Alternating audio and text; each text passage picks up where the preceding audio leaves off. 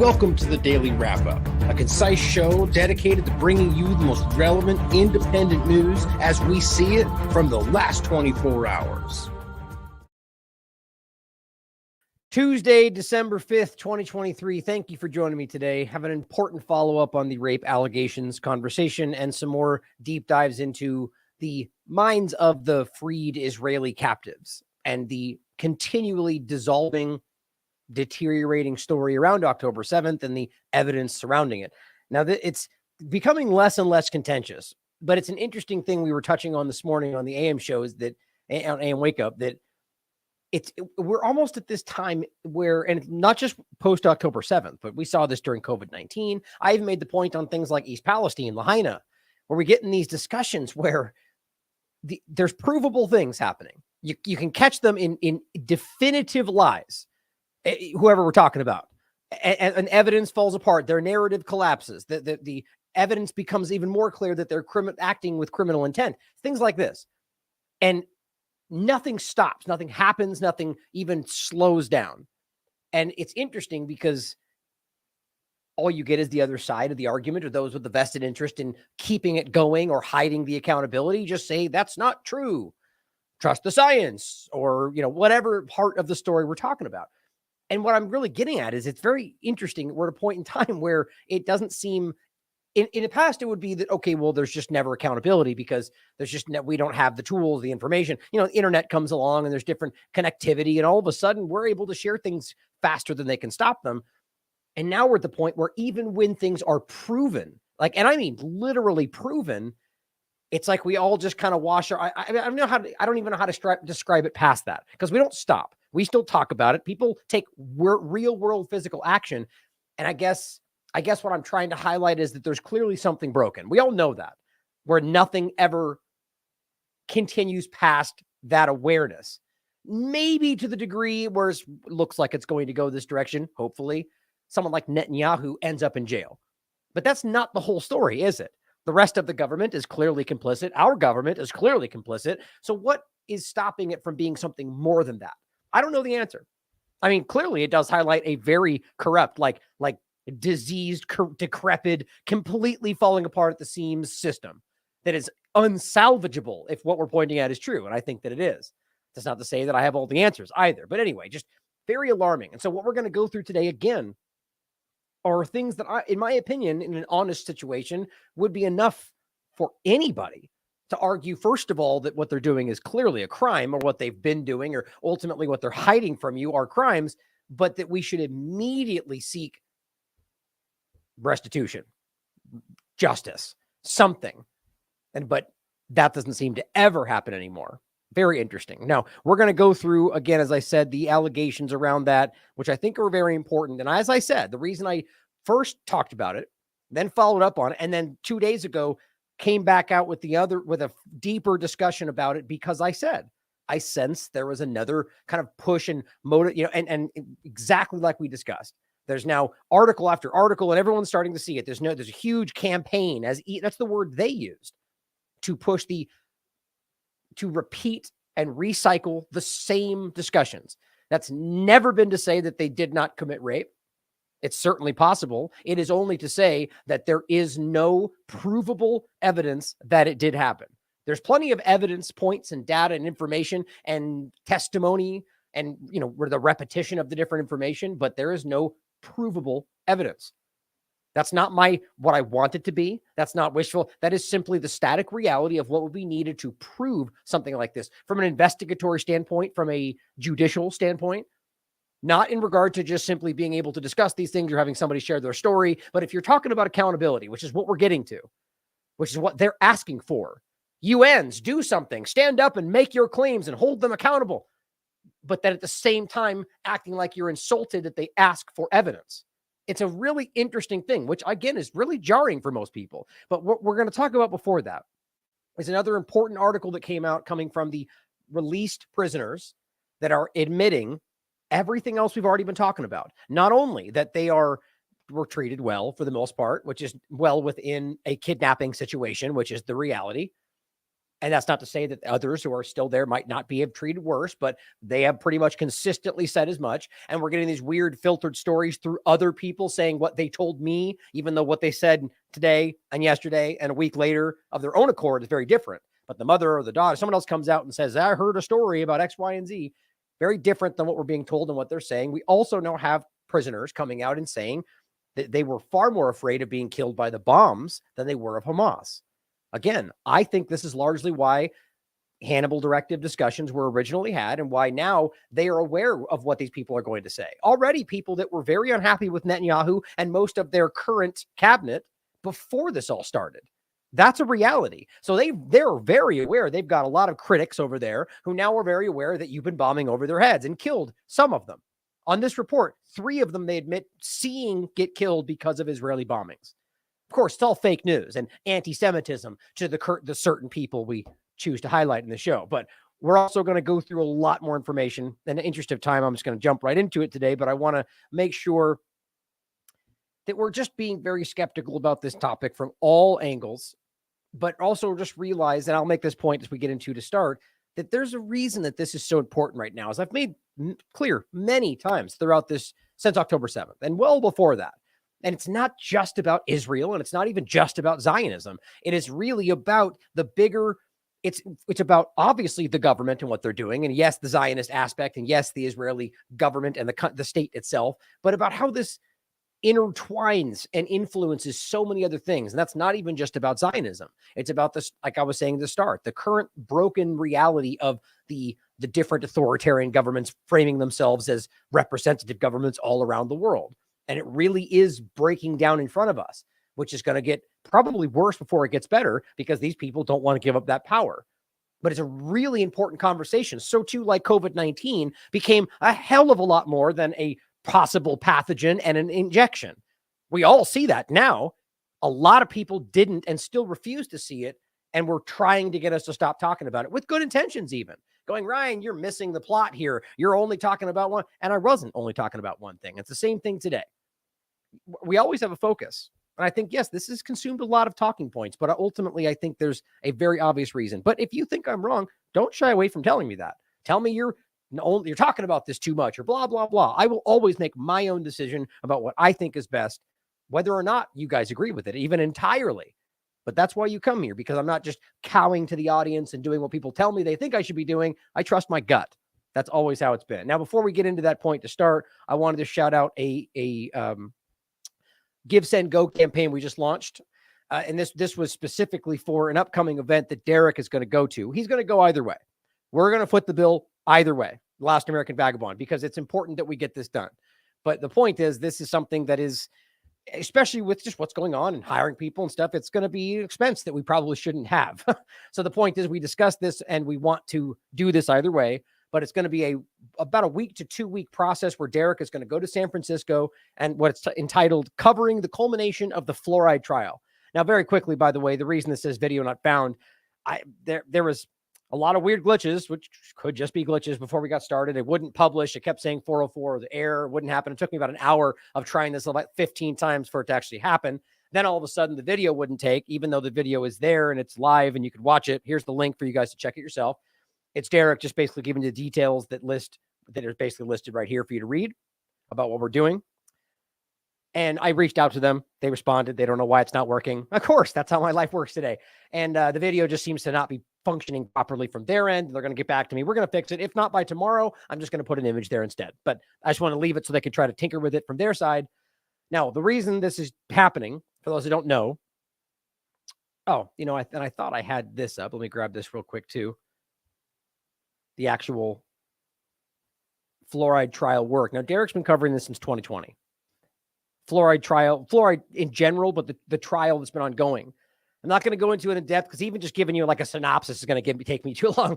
But this is an important breakdown or a story, because what it really amounts to is the evidence has already been revealed that they know, and that the evidence proves they have always known that fluoride is, well, that's a bit of an overstatement, but at least during the process of this trial, I do believe they've always known that fluoride is dangerous, that it lowers the IQs of children, but that it's neurotoxic, not beneficial for you. And they know this.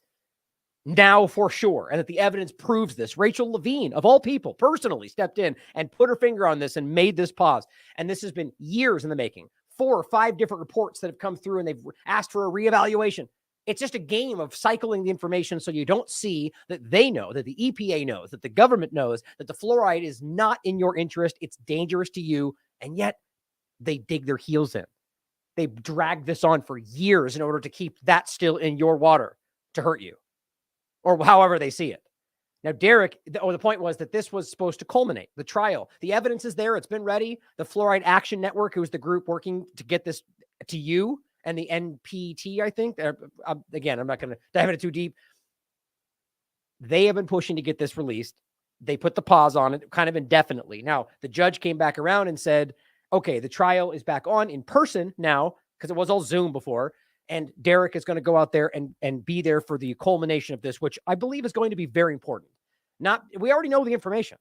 That's the crazy part. And the corporate media out there, even though it has been leaked, and it's even been touched on by local corporate outlets. So they know about this. They just are told not to cover it. We have to be honest about that. But when this comes out as hopefully culminates with, yes, we can confirm this, and this is the report, that should be national news, because this has been going on for a really long time. And guess what fluoride also is in every way? Neurotoxic. It has in regard to your IQ, has effects on your hormones, it effects on all sorts of things we've talked about. And this is in everybody's drinking water, unless you're using a filter, specifically reverse osmosis, which you should have. So to the point, help us send Derek there so we can cover this, so we can make sure that this gets wide coverage and we understand what's happening. So this will be included. Please help. And my point is, we're going to have a lot more of this kind of stuff coming your way. Also, Matt Aird had a great article today bringing this into the main topic of today, called The Greater Israel Scheme and Its Global Power Play, a Delusional Recipe for Armageddon. Now, we've talked about Greater Israel, but this is a really well done, well-sourced, specific breakdown. And it gets into not just the discussion of Greater Israel, but the prophecy side of this, the concerns about, things like the Samson option and where this goes, and the ideology behind this delusional recipe for Armageddon. It's important to understand that the Greater Israel Project is a large motivational factor for specifically groups like the Religious Zionism Party, who believe this is their rightful territory, or at least that's what they say, to manipulate Jews into thinking that's what the reality is. Great article. Make sure you understand it now, or check it out and then understand it. Brock put out a great clip from one of our previous shows. Israel organ harvesting from dead Palestinians, a history. And this is breaking down the past and the open secret, as I framed it, of the Palestinian organ harvesting from Israel. Like, there's been multiple examples of even Haaretz, corporate media, catching people involved in the process of harvesting organs from Palestinian bodies for medical schools, for their own black illicit markets, or for non-black markets, mind you, despite the fact that they're taking it illegally. And also now we have evidence that during this time frame, they've already done the same thing. The bodies that were taken from Al-Shifa were missing organs per the Euromed Human Rights Organization, and it's not something we should balk at. It's already happened. So the reason I wanted to start with this is because this person said something that I wanted to make a point about. He says, stopped watching you when you went to Holy War only news, that's how it's all about the Holy War, right? Or is it about governments committing crimes and murdering children, right? Because, it's all about the framing. But he says they seem to have distracted you effectively from covering actual news. Now, quite frankly, even if he was honest and meant that, I think that's kind of hilarious that anybody in this would think, first of all, that this is not real news. Now, plenty of you probably may think that COVID's more important, or maybe you think that, medical freedom rather, or any other number of things, WHO is more important. And maybe you're right. But to say that's not real news kind of gave it away, didn't it? Now, here's my point. I have been covering the Zionist regime the same objective way since the starting of this platform over a decade ago. Now, yes, my understanding of things have evolved, but I've always had, and go back to the beginning, the same general concept, the same general mindset. So consistently being intellectually consistent. And so I said, I don't believe you, first of all. But if you do think that you complaining about how you're not getting the news served up just the way you like, and that's going to stop me from objectively covering what I think is most important, the only thing I've ever done, you are mistaken and clearly do not know me or the Last American Vagabond. And I said, do you know how many times people tried to get me to stop covering COVID? Too many. And clearly, I was right not to listen. At least I believe that. I think that's pretty roundly accepted at this point. I trust my gut and my heart. Always have, always will. Also, I have, in fact, covered numerous topics not related to Gaza since the 7th on my show, but more specifically, multiple interviews about Lahaina, about, all sorts of stuff, medical freedom. So again, I don't believe that he even really means that. I think this is actually a real tactic. By the way, this person got a new account from like early 20 or mid 2023. My point is that whether real or not, obviously, I think that's an important sentiment. But I think there's a game here where they get people. This has been going on long before this, where they step in and they go, I used to follow you and now I'm never watching again because of this. And you look and no one's ever seen them before. All the people that have been there for 10 years, like that guy's never been in the chat. It's like, it's a way to try to scare people away. Like if it's like a rat's fleeing a ship. If people think that it's not, oh, maybe I should look the other way. Maybe he's lying. In any case, I will do what I think is right. And there's been plenty of times where that doesn't even align with the majority of you guys in the chat or the community. But I think that's what you respect about this in part, that I will do what I think is right, what I think is most important. And I will never shy away from that. But I will always listen to you and what you think we should be covering. But ultimately, it'll end up being my gut and what I think is most important that will guide me with the influence from your thoughts. So starting on the point of what is continuing to happen, Sarah Abdallah points out, Israel is carpet bombing last night in a total blackout as all telecommunications have been cut off again. They're seeing a tactic here, right? Because what they try to pretend is, oh, well, it's just, or either their fault without really saying it. They let the social media fervor just take over and they go, hey, probably did it themselves. It's probably Hamas and just whatever, right? The point is they do this in order to make sure there is as minimal coverage as possible. Now, that doesn't mean you're going to see a total blackout in general. People still have some way of, it's less and less likely to charge their phones in different ways. You all know how there's all sorts of different ways you can make this work. Just because these people are forced to live in a society that is trapped in a different century does not mean they're not people that are aware of the world the way it is. That's the absurd part about this, is they pretend like everything happening in this area is because that's the way people in Gaza want to live. It's just such stark, blatant ignorance. But Israel warplanes are heavily bombing a defenseless population of mostly children, and Western leaders are cheering it on in many cases. Motaz, who is one of the journalists who has maintained that he's sticking to his guns, and he is, poor choice of analogy, but literally there no matter what. I believe he's made a statement more than once that he's there. Like a lot of these journalists are there knowing they're probably going to die. Think about that. And he said, imagine if this happened in your neighborhood to your neighbors. We are being wiped out one family at a time. Stop the genocide. So we're to believe this is all Hamas? Pinpoint targeting of Hamas that we obviously all know, even they know, is not true?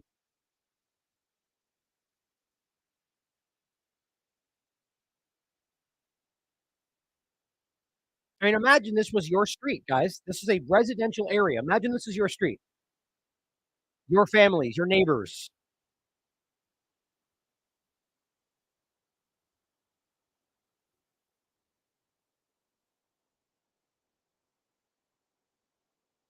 Yeah, and it gets graphic. That's the reality of what's happening. Israel blows up Gaza's Palace of Justice, a compound which housed the Palestinian Supreme Court, the Court of Appeals, the Court of First Instance, and the Magistrate. Because Hamas was there, apparently. I guess that's what we're supposed to tell each other if we just don't talk about it. But the reality is, the truth that you can easily prove is that they're systematically taking out all the infrastructure, all the things that are important, all of the artists, all of the doctors, all of the locations that matter, so they can remove them, so then they can point back later and go, look at them living in the dirt, a bunch of monsters that don't have anything they need. That's their fault. That's what all the ignorant people will happily say, usually when they know that's not true. Now, Arnaud Bertrand points out, anyone who knows the International Committee of the Red Cross, a group that we've called out incessantly since the COVID-19 discussion, but long before that, because they're not an honest institution like a lot of these corporate and overtaken institutions are. But that does not mean that every single person within that is always all in lockstep on lying about everything, or that every aspect of it is exactly the same thing. That goes for anything we talk about, the United Nations, the Red Cross, anything, even corporate media. I mean, nobody honest will ever say nothing ever, like everything they ever say you should ignore no matter what. I mean, anybody honest would ever say that, in fact.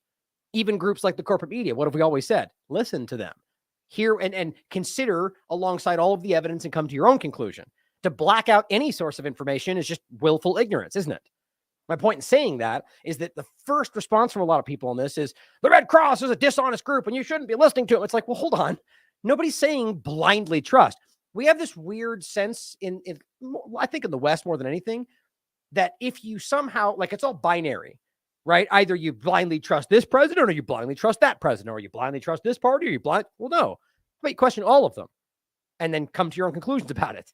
In this sense, my point is that Red Cross, even though we know as an institution has been wildly dishonest around, specifically in this case, the blood transfer, the blood storage and use around COVID-19, this is a person who went there and just spoke up about what she saw. Now, yes, could she be lying? Of course she could. Could she have some ulterior motive? Yes. Could this all be designed to get us to start feeling like they're all suddenly on our side and that everything's shit? Well, of course. But that doesn't stop the fact that what she's pointing out is true, in my opinion. So I hope that's clear. It's really hard to break through. Right now, there's a counter movement, which I think is very dishonest, to make you think that any of the revelations coming from corporate media or anything, which I agree are pretty shocking and out of the usual, are all to be ignored because we're falling for some trap. And yeah, you may be right. But in the meantime, what they're telling you to trick you into that trap is true. That's the same thing we talked about in many other cases. There's always a time when their narratives align with the truth. They don't always, but it happens. It's rarely because they care about the truth. It happened during COVID-19. Remember, there's plenty of different ways where there's lines like that. So let's not dismiss information, whether or not you think it's a trap. Consider it all, but be discerning and question it all. So he says, anyone who knows the International Committee of the Red Cross knows that their official policy is never to speak out, which is why such a statement by the Red Cross president is so exceptional. Here is what she says. I've just visited the European Gaza hospital, and the things I saw there is beyond anything that anyone should be in a position to describe. What shocked me the most were the children with atrocious injuries and at the same time having lost their parents with no one looking after them. We are facing a situation here that will not be healed by sending in more trucks. We need to provide protection to the civilians in Gaza. Even though the trucks aren't coming in because Israel has stopped them, as was easily proven the moment the firing started again, now they think after a couple of days later, we're all going to forget that they made that happen. Now they're pretending that the UN is the reason that there's no more trucks coming through. It's like they think we're just that stupid. Like everyone keeps pointing that out. It's they're aiming this at Western audiences. They really just don't have a high opinion of your intelligence. They're wrong. To the women and children, to the elderly people that I saw today that have nowhere to go, the majority of people I met today have been displaced several times. I met people who have lost limbs because they needed to evacuate between treatments, and they lost a hand or a foot because they couldn't be treated in the hospital where they arrived first. I was told today that the North has lost its entire surgical capacity. We have to find solutions to this. We can't turn away from what is evidently a moral failure in the face of the international community. Very much so. And let's not forget, the North is not evacuated like Israel pretends. There's thousands, tens of thousands of people, if not more. I think it's more than that. Because we have journalists, first of all, but there are the people that are that are left in the hospitals. We have the different doctors that have claimed, that are determined to remain and said as much. We have the displaced people that are literally unable to move. And this whole time they've been bombing them. The hospitals, the areas, and it just gets worse and worse. And we all just pretend like that's okay because I guess they dropped a leaflet somewhere. I'm calling on all parties, on everyone who has an influence, to de-escalate and to find the military solutions to what is an immense suffering of the people on both sides. We have to protect the rights of the people. We have to protect the rights of the civilians. We have to protect the rights of the detainees. We have to protect the rights of the hostages. The ICRC will do its utmost to help alleviate and reduce the suffering, but we can't do this alone. And there's not only a humanitarian solution to this, there must be a political one. So here, somebody says, same Red Cross that was involved with Clinton's Haiti stealing children, which is true. Or, I mean, you could dispute the children aspect, but there's definitely a lot going on there, even the money aspect, but I'm not going to get pulled into that because there's a lot to talk about. Remember that we found there was those red crates left, and we found that, the Red Cross didn't prove the Red Cross knew about it, but I argue that there is overlap. But it's just hard to buy anything they or their affiliates say. That's just me. Lie to me once, right? But here's my point. And Matthew makes an excellent point. But all he's saying is, don't trust them, right? They don't. What does he say? Hard to buy anything that they're telling you, right? And so that's how I responded. And it wasn't meant to be contentious or just. I think he made a good point. I said, confused by this though. Are you suggesting that we must blindly follow a group to consider their current statements? As I hope you agree, we should not be buying anything any of them are saying, but instead considering each point while questioning all of it. Always. Like that statement, and that may seem the same thing, but it's not. The point is to act like you have to listen to what they're saying and then consider that it very well could be true, even if you know it's from a group that you shouldn't be trusting, because that's the only way to be objective about this. But it's always a 50-50. You always question it. You show discernment and then you break it down afterward, because it's just this game we play where suddenly everything coming out of the UN is ignored. That's never the right thing to do. That's the two-party paradigm working its way back in. Now, here is a reporter saying the same thing, an Austrian reporter. I've covered wars for 8 years, but I've never seen, and by the way, I don't need to convince you guys of this. I think anybody with two brain cells rubbed together can clearly see that this is not just about Hamas, but nonetheless, for the one person it may reach, covered 8 wars, never seen a destruction of civil areas like this, which is exactly because it's never been done like this before, using some AI system, which is basically allowing you to pretend you're not bombing civilians. That's what I think will come out of that. I was in 8 wars, but I never have seen the destroyment of civil areas like it happened here. As a journalist, we should not go and judge either side, who is wrong and who is right. But this, what you can see here, this is a war crime. I can say that as a journalist. This is a war crime. There are civilian people living here. Now, the important part is that's from 2006. And I believe it's not even from Gaza.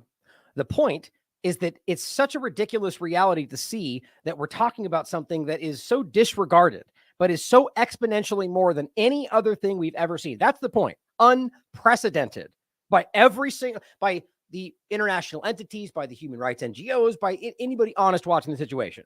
But we have examples of them already doing this in the past. And yet we're balking at this today. Because we're talking about Israel here is the point. So think about how crazy that is. This is my point from earlier, that we can even have the precedent, the information, and yet we act like it starts anew and we debate it. What do you mean? Why would somebody push back on the possibility of them doing something that they have a policy for, like the neighbor procedure? You see what I'm saying? And they don't use human shields. Guys, they literally have a human shield policy. But we just debate it because the Zionist shills online will tell you one thing or another, or any topic for that matter. People that were shilling for the COVID narrative. It's always the same way. But that you allow people to screen you away from things that you should know are proven, or at the very least are solid enough to engage with. Now, here is the continuation of the Habsora, rather known as the Gospel platform. Moments ago, Israel bombed Abu Musbah's family house in Deir al-Balah, which was marked as safe by the Israeli occupation forces. Over 50 innocent civilians were killed and wounded, mostly women and children. So this is the reality. Not just of there's multiple areas that are and what they mean by safe is the map, like the gridded map. There are areas, and this is going to be an important point here to start, where they're being told this is an area that's okay. And then, some are marked orange for bombing, some aren't. And the point is they're trying to make it look like not only is strategic and precision, but that they're have safe and not, and anybody killed, they should know better. Well, guess what? It's now being revealed that not only are they bombing the places they say are safe, they are not bombing in a lot of the places they're claiming are bombing. And the maps they're putting out are inconsistent and different from person to person. You know what this sounds like to me? It sounds like they're playing games with these people's lives. Because the reality is they're going to displace or kill all of them. And I think that's a stated plan right now. I think that's stupidly obvious that we should even balk at that statement when they have leaked plans discussing it, when they're all saying they're going to do that, and then we dispute it. But the point is that they are giving these people on the ground who already know this government wants to kill them some kind of guidance to displace them into a place they don't want to go in the first place, and then bombing that place, bombing them on the way back to the other place. So it's like a game. They're literally playing some kind of pinball machine game with these people's lives on the ground. Let me show you. Now, first of all, just so you can see this, because it's just horrific. Oh, actually, I think it's just right here. Just people up here. This is where their homes were.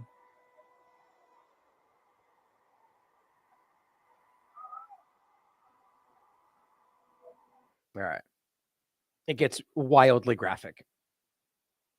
Now, don't forget, as we talked about on the 30th, IDF insiders, I think it was 7, both former and current, both IDF and intelligence members, admitted on the record, I think it was 972 magazine, that they targeted civilian buildings called power targets. Said, quote, sometimes we take down buildings just to take down buildings with the intention of having some kind of a psychological effect on the population or Hamas, knowing that that would kill civilians in the process. That was a stated reality. And even saying that half the time saying a Hamas member might be on one of these floors, which is allowed, they claim in this policy, to bring down the whole building. They said sometimes we know it to be just an excuse. These were all on the record. If you haven't read that article, you should. And the main part of it was that this is the statement they said in that article. He called it a mass assassination factory using artificial intelligence. That's what this is. And that's what, if you want this article or this show, we go over that in depth. Al Jazeera just wrote an article yesterday breaking a little bit more down about this, and I wanted to add to it. They wrote the article, Fact or Fiction? Israeli maps and AI do not save Palestinian lives. So it's a combination of the whole map game they're playing, but with the overlap of the artificial intelligence system. So it says on December 2nd, the Israeli army's Arabic language spokesperson posted a map of Gaza, broken up into grid of numbered blocks with instructions that Palestinians living in certain areas evacuate to Rafah, which, by the way, they're already bombing, which I'll prove to you in a second. Bombing where they were, bombing where they're going, bombing on the way. But we're trying to avoid civilian casualties, guys. How do you possibly explain that? But the maps themselves are mass displacement.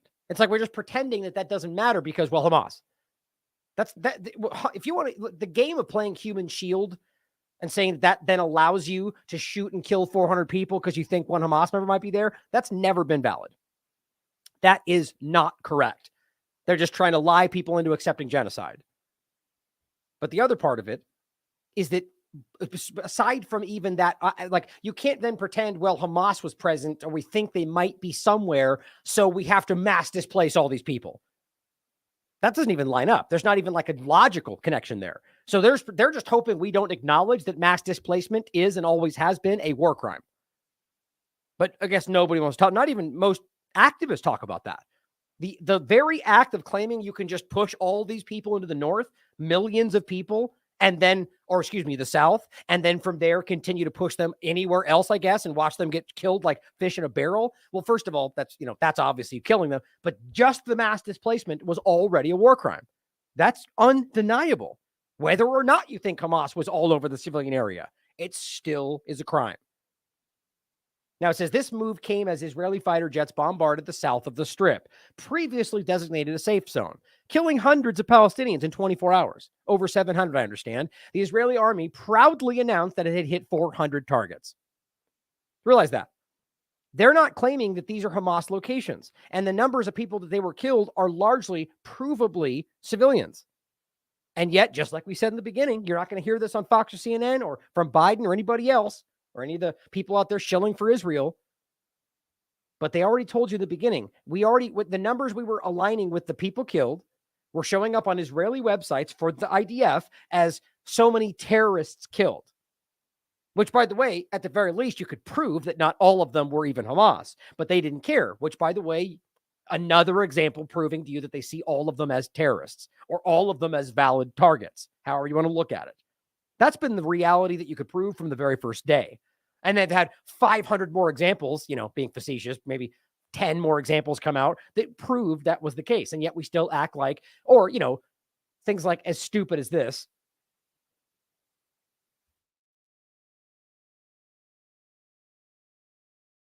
The emphasis is on we focused on maximum damage. Oh my God, they changed the article. How do you change an old article? Look at this. God, see, this is my point. This is so surreptitious. Check this out. We'll do it in real time. What? Look, now it's telling me that it's Jesus. Who knows what's going on? Let's try this one. Pretty sure it's going to be there.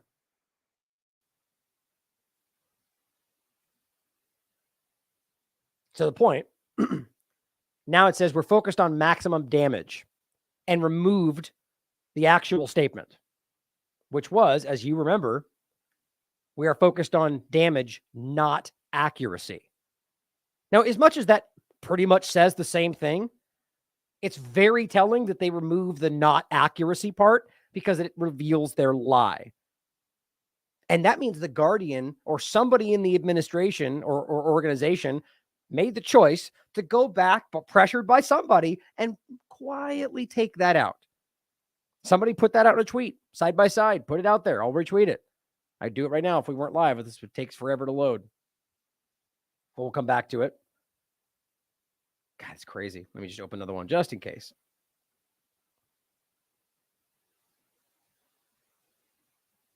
Man, seems like everything's taking forever. There we go. Meanwhile, media reports revealed that the Israeli army's ability to intensify what it calls precision airstrikes has been boosted by an artificial intelligence tool that generates targets. You know what that is. The map, there it is. God, that's so disgustingly creepy. Look, guys, it's a month old. Emphasis is on damage, not accuracy. Now, I don't know when they changed this. I'll go find out after the show. But look, that's what it says now. They changed this within the last week. That is so it's just creepy. It's so obvious to everybody that they're rapidly trying to damage control and cover all this up. Even that, though, even damage, maximum damage. How in the world do you think that's even better? God, that's so, it's crazy to me that there's anybody that can't see that.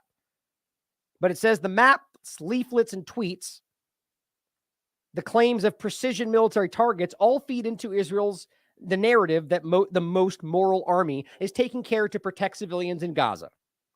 But all these are no more than a propaganda ploy to cover up what really is happening on the ground. AI-assisted genocide, which, by the way, they admitted. They're the people that spoke off the record. The IDF member speaking with 972. Over the past 2 months of brutal war, Israel has consistently resorted to the use of evacuation maps and warnings issued on social media, calling on Palestinians to flee certain areas of Gaza. Make sure I keep this in the show notes for you guys. By the way, the ones I always add during the show end up at the bottom under late editions, so you guys know. It's just so crazy. So basically, they use social media, which is, there's an obvious issue there.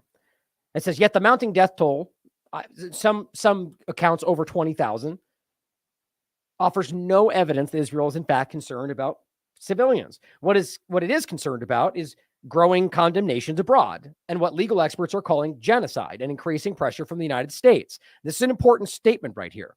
It says just a few days ago, Blinken, U.S. Secretary of State, warned Israel it has weeks and not months to finish its campaign in Gaza. Well, look at that. So apparently, assuming they listen, but let's just say they do, because as I understand it, apparently the argument goes that there's been statements from the Israeli insiders saying that should the United States turn off the spigot, which I think is accurate, funding and war and arms that they wouldn't be able to continue, which means that the U.S. is knowingly not only complicit, but literally responsible if they know they're able to just stop it when they want to, if that's the reality. But when he sets the time frame, that means you only have 2 more weeks for your genocide. You better pick it up quick. Like at this point, Blinken specifically and Biden, I mean, they might as well be just as complicit and culpable for the whole genocide as Netanyahu. But then it says his boss, Joe Biden of Blinken, is acutely aware of the growing domestic discontent and how he is handling the war, which could cost him votes in the next election. Now, the point, what's interesting, though, is that they are very aware that this is continuing, that they are very much so killing civilians. And if the whole narrative was in the beginning, from the day one statement, they were doing everything they could to stop, well, how can you then tell them now to kill less civilians this time? How does that make sense? But we all know, because we're not stupid, it's that they weren't doing everything they could. And the U.S. government's going, do better. So they were lying to you that they were doing everything they could. Well, anybody with...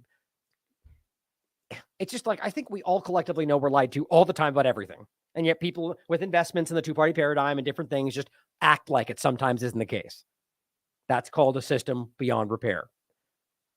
But it says this evacuating messaging the Israeli army has been undertaking is more directed at Western audiences. Of course it is. Sort of like the white helmets being written in English, or their chemical weapons instructions from the Al-Qaeda issue was written in English because they think you're that stupid. Seeking to assuage the fears about the civilian death toll, which means they're worried that you care about civilians being killed. That it says being more cared about, basically stop hoping you don't care as much if they make you think they're trying not to, which is basically what happened during U.S. government's war on terror. Same game.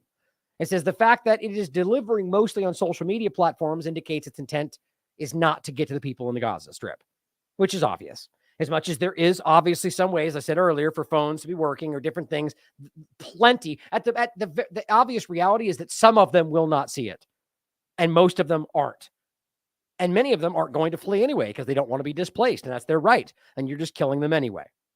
The leaflets that were dropped over this weekend are also not worth the paper they're printed on. The QR code on them is only of use if there's a working phone with a charged battery and internet access. Any one of those things might not be working.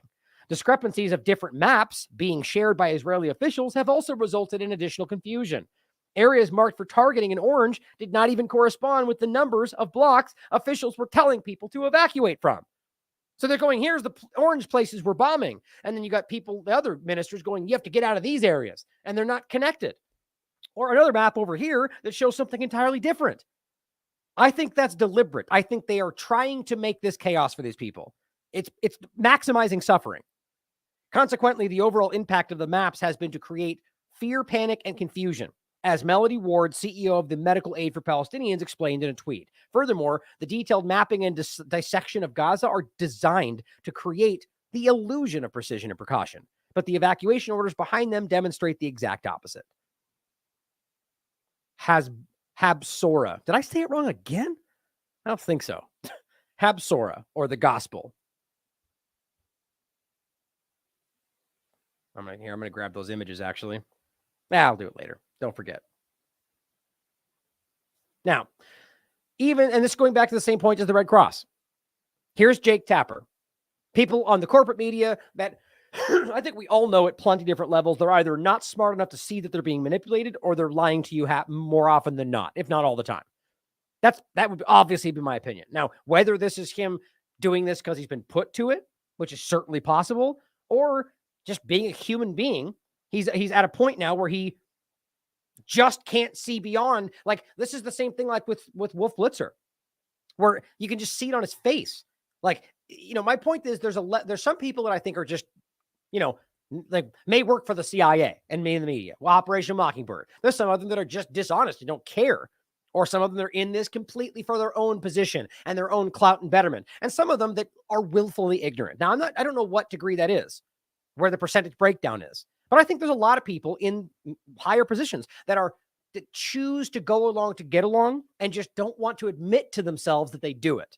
And maybe it didn't start that way. Maybe they end up in the field and they at first thought they were going to, give one to them and one for me, kind of a game, like politicians do. And then have found themselves in a compromised position. They don't want to admit it to themselves. I don't know what part of that Jake Tapper is, But I'm only saying that because we have people in the media now who are saying things that at a point when it's, it's like I said at the beginning, it's so obvious at this point that everyone around the world is laughing that the media has taken this long to even acknowledge it. And we're in the past, even on things that don't line up with their agenda, they still grudgingly admit things later, half the story and so on, like they're doing now, but never this quickly.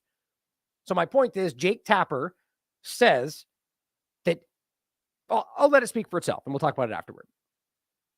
IDF really has done everything that is humanly possible to try to safeguard innocent civilians. It's very hard to believe that, especially on a day when one of our producers lost 9 members of his family who were not members of Hamas, not members of the Palestinian Islamic Jihad, not members of any group, just 9 people just trying to live their lives. So to be objective, right? How does he know that? So he probably took the word of the person that works with them. But maybe he doesn't know. Maybe they're lying. Maybe they're all Hamas. I don't think that. My point is that it's just interesting that some personal side note for him, if that's the way this worked, drove him to feel that's so suddenly he's got a personal note and he goes, okay, if that's the reality, it could just all be a lie. That seems to have made him go, well, come on, that can't be true because I know people that were like, so that's what this feels like, right? And what's interesting about that is, where was that humanity before? You know what I mean? Like it could just be that it's become so blatant that you can't just say you're doing everything you can when you have more civilians killed than pretty much any warfare in this time frame in that area in history. You just can't say that, but they've been allowing it for 55 days. So why this happening? I don't know, but that's interesting, right? Now look at the way he responds. First of all, I extend my sorrow to him and my sympathies. But if I saw your report correctly, and please correct me if I say something wrong, that happened in northern Gaza, in Gaza City, where a month ago we already asked all the civilians to leave. And most of them did. If there was like 1,200,000 people there was only a couple of tens of thousands left. Which was a war crime. No matter what, no matter how you look at it, they mass displaced an entire society. Doesn't matter what the reason is, guys. That's a crime. That was stated by plenty of international rights lawyers. I mean, it's obvious. That's why they called it Nakba 2.0. The first Nakba was also a war crime. Ethnic cleansing, mass displacement, collective punishment, all of those are crimes individually. They committed all of them. And one has to ask, yes, they had ample opportunity to leave. I don't know what happened. I don't have the specific circumstances. I know there's deadly combat going on now in the north, still between these IDF and Hamas terrorists, yes? With zero evidence. I have yet to see. I mean, I'm not disputing it, really. He wouldn't be surprised. It would make sense that there was. My point is, it's very, very odd with the most surveilled area on the planet that we don't have a single example of them even shooting a Hamas member. We've got Hamas putting out highly produced videos of them taking down tanks and hitting IDF. I haven't seen a single example of a Hamas member being killed. I quite frankly find that almost impossible. You tell me why that makes sense. And we don't want to see anyone caught up in the crossfire, but why didn't they heed the advice and leave the area? You can't blame them. There's now I don't blame them. But you can't. There's fighting in the South now. I've been asking this since October 7th. Where are these people supposed to go? Oh, Jake, you're such a humanitarian. Oh, you've been asking. What a damn lie that is. Maybe he made that statement, but you didn't care about people when you were claiming that this was justified from the beginning, which you were. And everybody else in this field has been actively gaslighting, hiding the reality, and are still towing the line with 90 other things we're going to talk about today.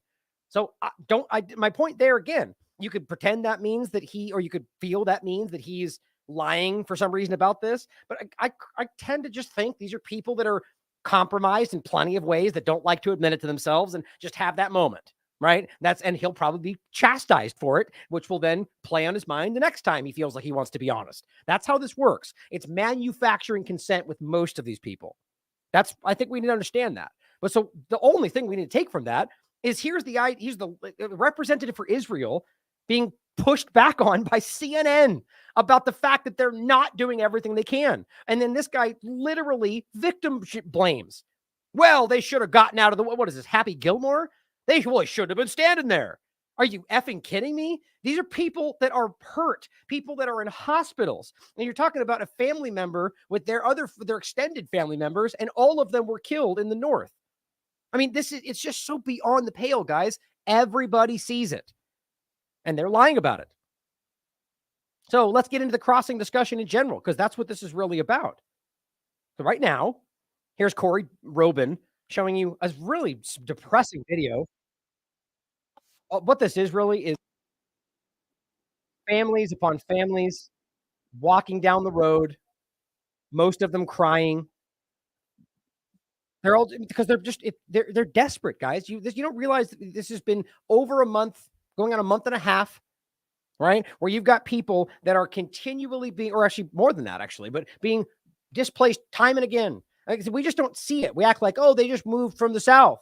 No. Or the north. No, they moved. They got bombed. They got their family killed in front of them. They move again over to this hospital because nowhere else they can stay. They can't find any water. The hospital gets bombed and the electricity goes out. There goes another family member. So they move down the street further. They try to find somewhere where they can actually find shelter because it started raining. And then they get bombed there again. And they're told, oh, now you're in the wrong spot. Go back to this area. And they get bombed on the way. That's what they're dealing with every single day for a month and a half. And we can't rationalize why it's just so disgusting.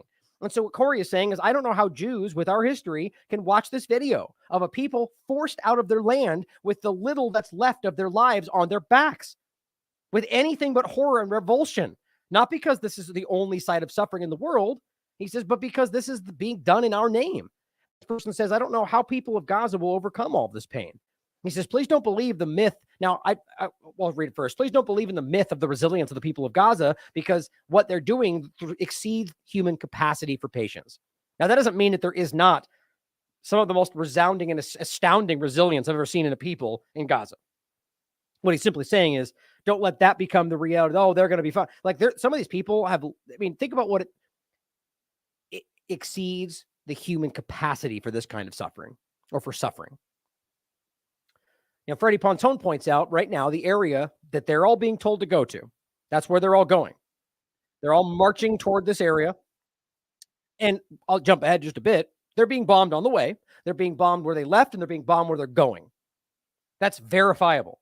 But of course, Matt and Jake and whoever, all the people that are, all the government, U.S. government, they don't care. Any of them. Not Blinken, not acting like they're doing everything they can. It's just, it's not only just insulting, it's criminal, but it is sinister. Like, this is happening. It's called Al-Mawasi, where they're telling you, and this is the place that the other guy said we're going to send tens of thousands of people to, right? That's what he said. Probably because they only wanted that many people to remain. I think that's what he meant by that. But the point is, where 1.8 million people are supposed to relocate. Here's what you're looking at. Oh, actually, I think I'll have it down here. Through the sand dunes heading towards the Mediterranean Sea. They're looking for safety in Gaza. They hope they find it here. This is Al-Mawasi, a Bedouin settlement in the southern corner of the Gaza Strip. In reality, it's a barren wilderness, a kilometre wide and 14 kilometres long. But it's here the Israeli Defence Forces have said up to 2 million people should move, as the restarting of the Gaza war seems inevitable. Some have arrived, building makeshift shelters that flap in the winds. Well, the point is that it never stopped, right? They didn't stop bombing. And they violated the ceasefire by bombing people they claim were Hamas in the West Bank. Of course, the international community just didn't care, which is interesting, right? Because that's the same UN that's calling out things happening on the ground. But everyone can see that happened. Where were they then? Now, there were some statements, but not pressure, right? This is what Sam keeps talking about. Why nobody's initiating the Genocide Convention or some kind of mechanism in any other facet, because that shows you something. They may have the courage to say something, but nobody seems to be willing to take this to action. So maybe it is all scam. Maybe we're all being played. Who knows? I don't think that. I really don't. But it's hard not to see that there is some clear block. These homes are built on sand. There are no floors. It already seems overcrowded. Not everyone is here yet, and the situation is already catastrophic, let alone if they bring everybody here. Then there will be a huge catastrophe. I swear to God, already so many old people have died of diseases they just couldn't survive. Which seems to be part of the plan right now. Jam them into a place with minimal water, minimal compared to where they were coming from, mind you, but basically non-existent. You're guaranteeing this is going to become a problem. As he says, the conditions there are horrendous and dire, and elderly people are already dying from disease. Already, guys. The sanitary crisis on an unprecedented scale could happen if they don't stop this now. Now here, Freddie Pontone continues, Al-Mawasi, which has been designated by the IDF as a safe place for the people of Gaza, is a trap. Al-Mawasi represents 4% of the Gaza Strip's super, what is that? I thought that's something else.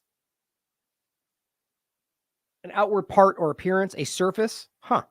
Basically, I guess 4% of the Gaza Strip's outer surface, and Israel wants 80% of the Gazans to be relocated into the enclave from hell.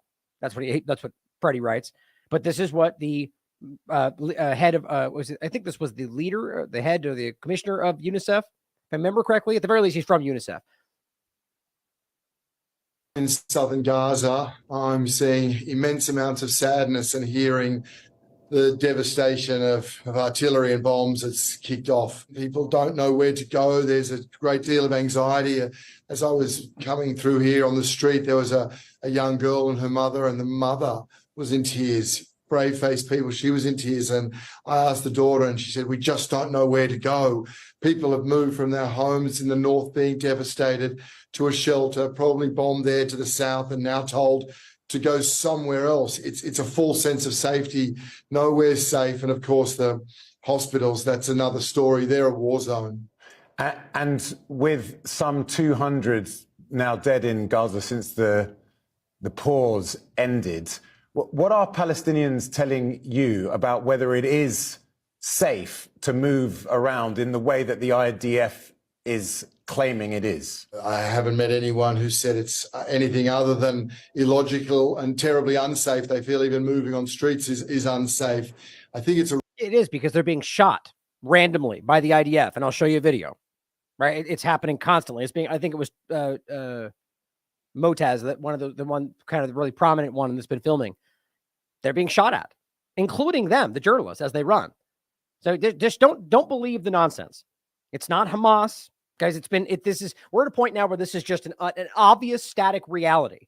They're bombing where they're told to go. They're bombing where they were. They're bombing them on the way. They're bombing the Rafah crossing. They're bombing and shooting them as they go anywhere and acting like it's their fault.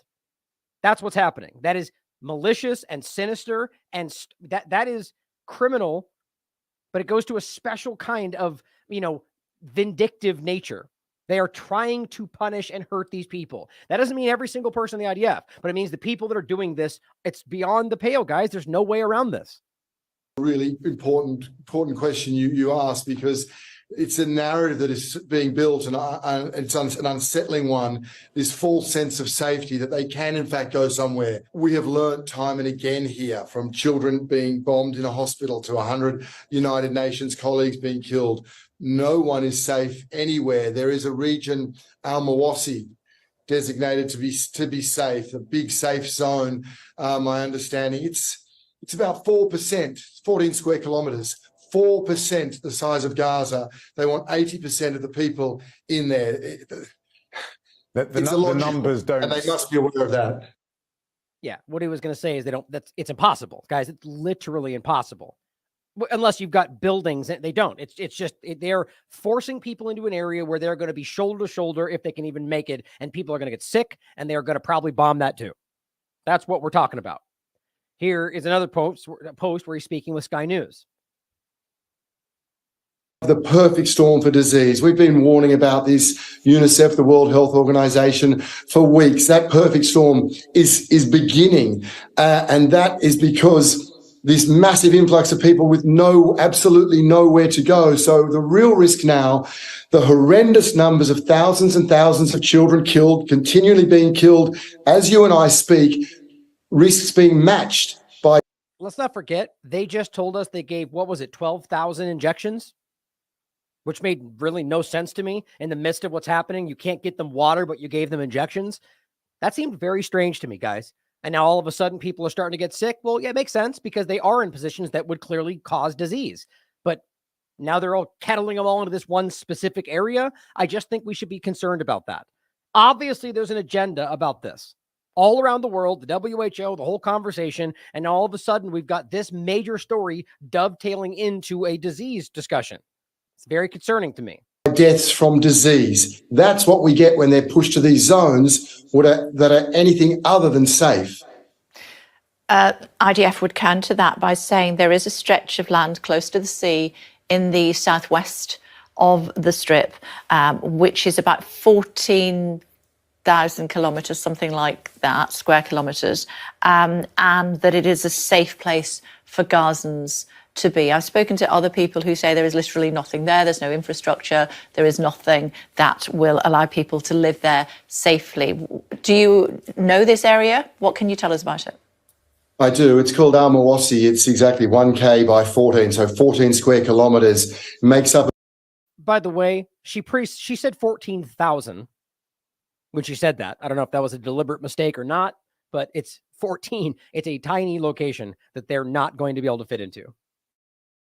About 4% of Gaza, Gaza being one of the most densely populated places on the planet. So it's about 4% of Gaza, and it would require 80% of the population to be there. If you imagine a car park of people stacked on top of each other, still without a toilet, still without a drop of water. So here you would absolutely have zones that are zones of disease and would become, in any sane projection, zones of death. So it's such an important narrative to break, this idea that people can just go to a safe zone if they wish. There is absolutely nothing safe about this. And I think, Kay, to be honest, those people making these decisions and telling people to go there, they're aware of that. This is calculated. It's cold, and it speaks to the indiscriminate nature and the lack of any sense of decency that has been enacted on relentless attacks on mums and kids and families. Yep, and that's why they turn around and say he works for Hamas, because that's the best they can do, which is certainly possible, right? But I'd love some evidence, wouldn't you? Nah, that's racist. You can't ask for evidence anymore. That's inconsiderate. Right, that's where we are, right? They just level an accusation like Ben Shapiro and Eli David. They've both done it now. Just said they're tools of Hamas, or more so, Eli literally called them Hamas. UN is Hamas, or rather specifically UNRWA, with literally no evidence. I mean, it's embarrassing. The point is whether or not you trust the entity. I don't know why trust even comes into it. We shouldn't be trusting any of these groups. The point is that what he's telling you, he can independently verify. It is disgusting and it is happening. And they don't like that he's pointing that out. Now, here's an article that Sam Husseini shared from, this was from today. Escalating disease coming from Israel's assaults is predictable. And this is the point. This is something that they're creating, at the very least, driving into reality and acting like it was just the consequence of their nature. That's what I guarantee you is going to be the narrative spun by all these Zionist shills out there. He says she just wrote a piece predicting pestilence for the Progressive magazine. She writes, those with influence among authorities in Israel and the United States must reckon not only with the reckless carnage they are inflicting on children, but they must also grasp the likelihood of an exponentially increased death toll from battlefield illnesses inflicting children. Yeah, I wonder if they don't care about that. I wonder if they're going, perfect. That's exactly what we can use next. She writes that the surviving Palestinian children in Gaza live amid ominous preconditions for outbreaks of waterborne diseases. Same thing they did to Yemen, and they blame them the same way. I'm telling you guys, this is a building problem, and it's not just a byproduct. I guarantee you it's going to be used. Quite frankly, I wonder whether it's already been initiated with what happened before this. Now, in the crossing location, yes, as I said, Israel asked people to leave Khan Yunis to Rafah. Then they strike Rafah, the place they tell them to go. Yes, that happened. Then asked people to leave Rafah to Khan Yunis, and they strike Khan Yunis. 1.9 million people, innocent people, looking for shelter anywhere, but nowhere. No one is safe. Jake Shields pointing out what we're watching, the reality of what is happening on the ground. Let me think. I believe that's this one. Hold on, let me double check.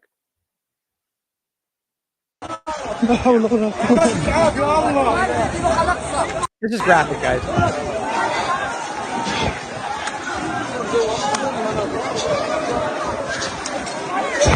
Actually, I don't think this is the one. Oh, yeah, it is.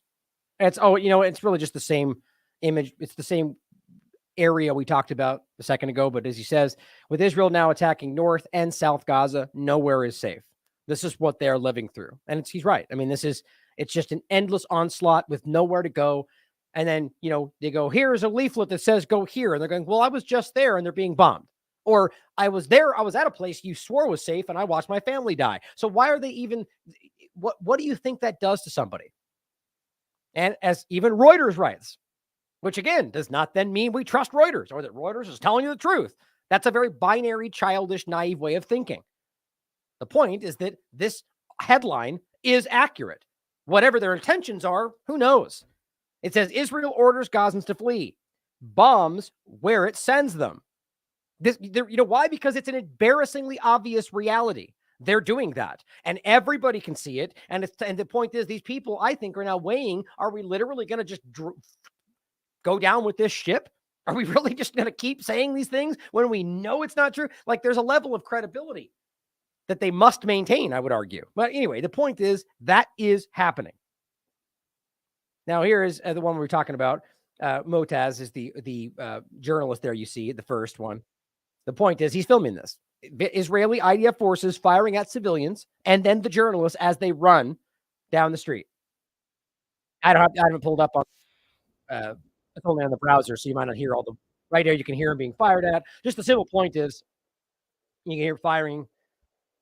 That they're being fired at as they flee, along with journalists. Which, by the way, we've proven 15 times over that they've been shooting journalists. And then here was the main point. There he is, right there. This Mikopan guy says, hey, well, first of all, it says firing at civilians and journalists, not Hamas, civilians and journalists, right? And then the Zionists on Twitter, who are totally only trying to go Hamas and only want to save the civilians, he chimes in and says, oh, I hope they didn't miss. Right. And Twitter, totally okay with that, which I'm not calling for censorship because I don't agree that censorship should be applied to statements like this. But you know what they are censoring? Statements like that on the other side that aren't even saying that. Free Palestine, you genocide people. Free River to the Sea, you're a genocide supporter. Or how about just the word intifada, which means rebellion, somehow now means kill Jews by, according to U.S. Congress, because they're that dumb or don't care. But my point is, guys, these are people are openly calling for people to be murdered, and they just don't care about that.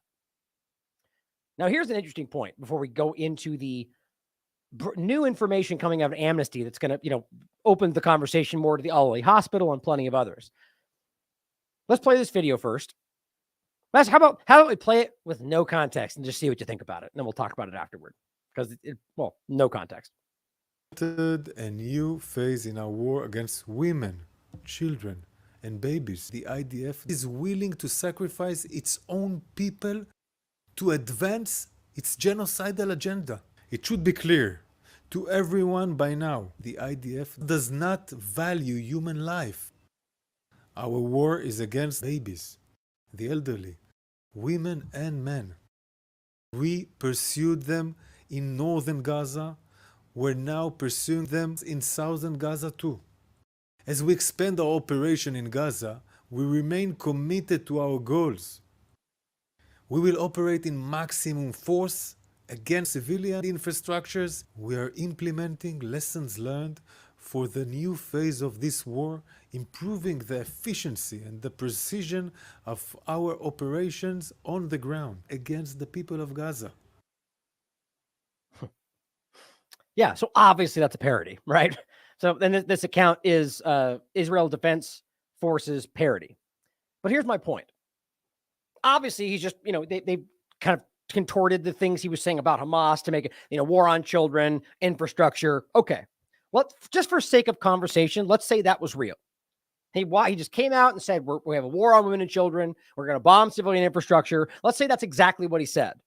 Now, if Israel came out today and actually said exactly that, but then said it was all justified or some variation therein necessary even within international law, mind you, because, well, Hamas is using human shields.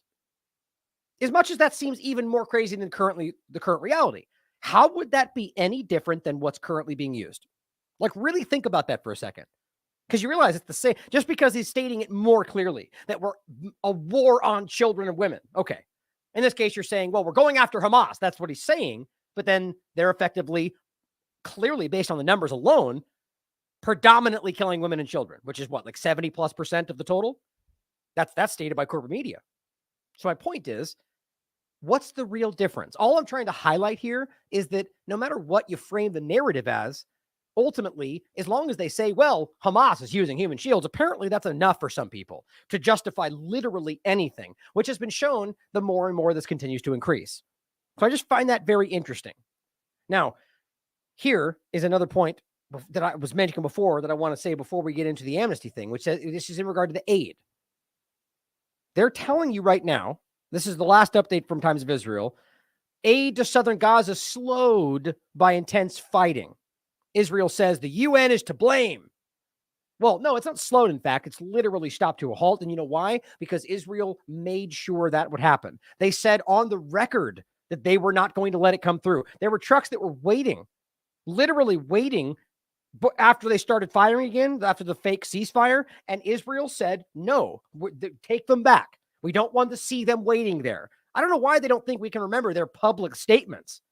But now they're acting like it's somehow the UN's fault. Why? Because the UN is calling them out. So we got to try to reverse and reframe the blame some other way. Desperate. It's desperation is what it is. But the point is, they're starving these people while trying to hope you'll blame the UN because they said Hamas. And if you think for 1 second that this is somehow not Israel's fault, explain why all of this is happening too. Human Rights Watch, it's all around. And realize it's not just crops. They are deliberately, just like they do everywhere else, or the U.S. government does everywhere else, targeting civilian infrastructure. New satellite imagery, per the Human Rights Watch's own investigation, shows that orchards, greenhouses, farmlands in northern Gaza have been razed since the beginning of Israel's ground invasion. Now realize there's no tunnels here.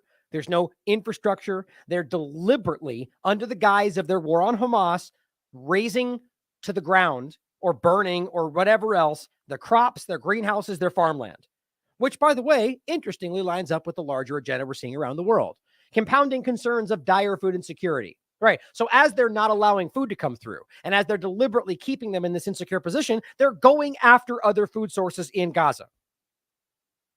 No one's even talking about, they're not saying, well, Hamas, they're not even bringing it up because there's literally no way you could just explain that.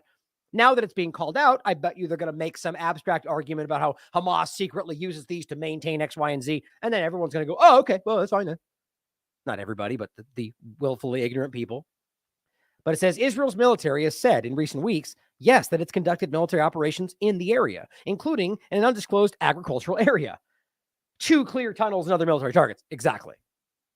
No, that's not what's happening. On the record, they're not going after tunnels. They're uprooting, razing, removing olive trees. It's on the record. There's a countless amount of information coming out about it.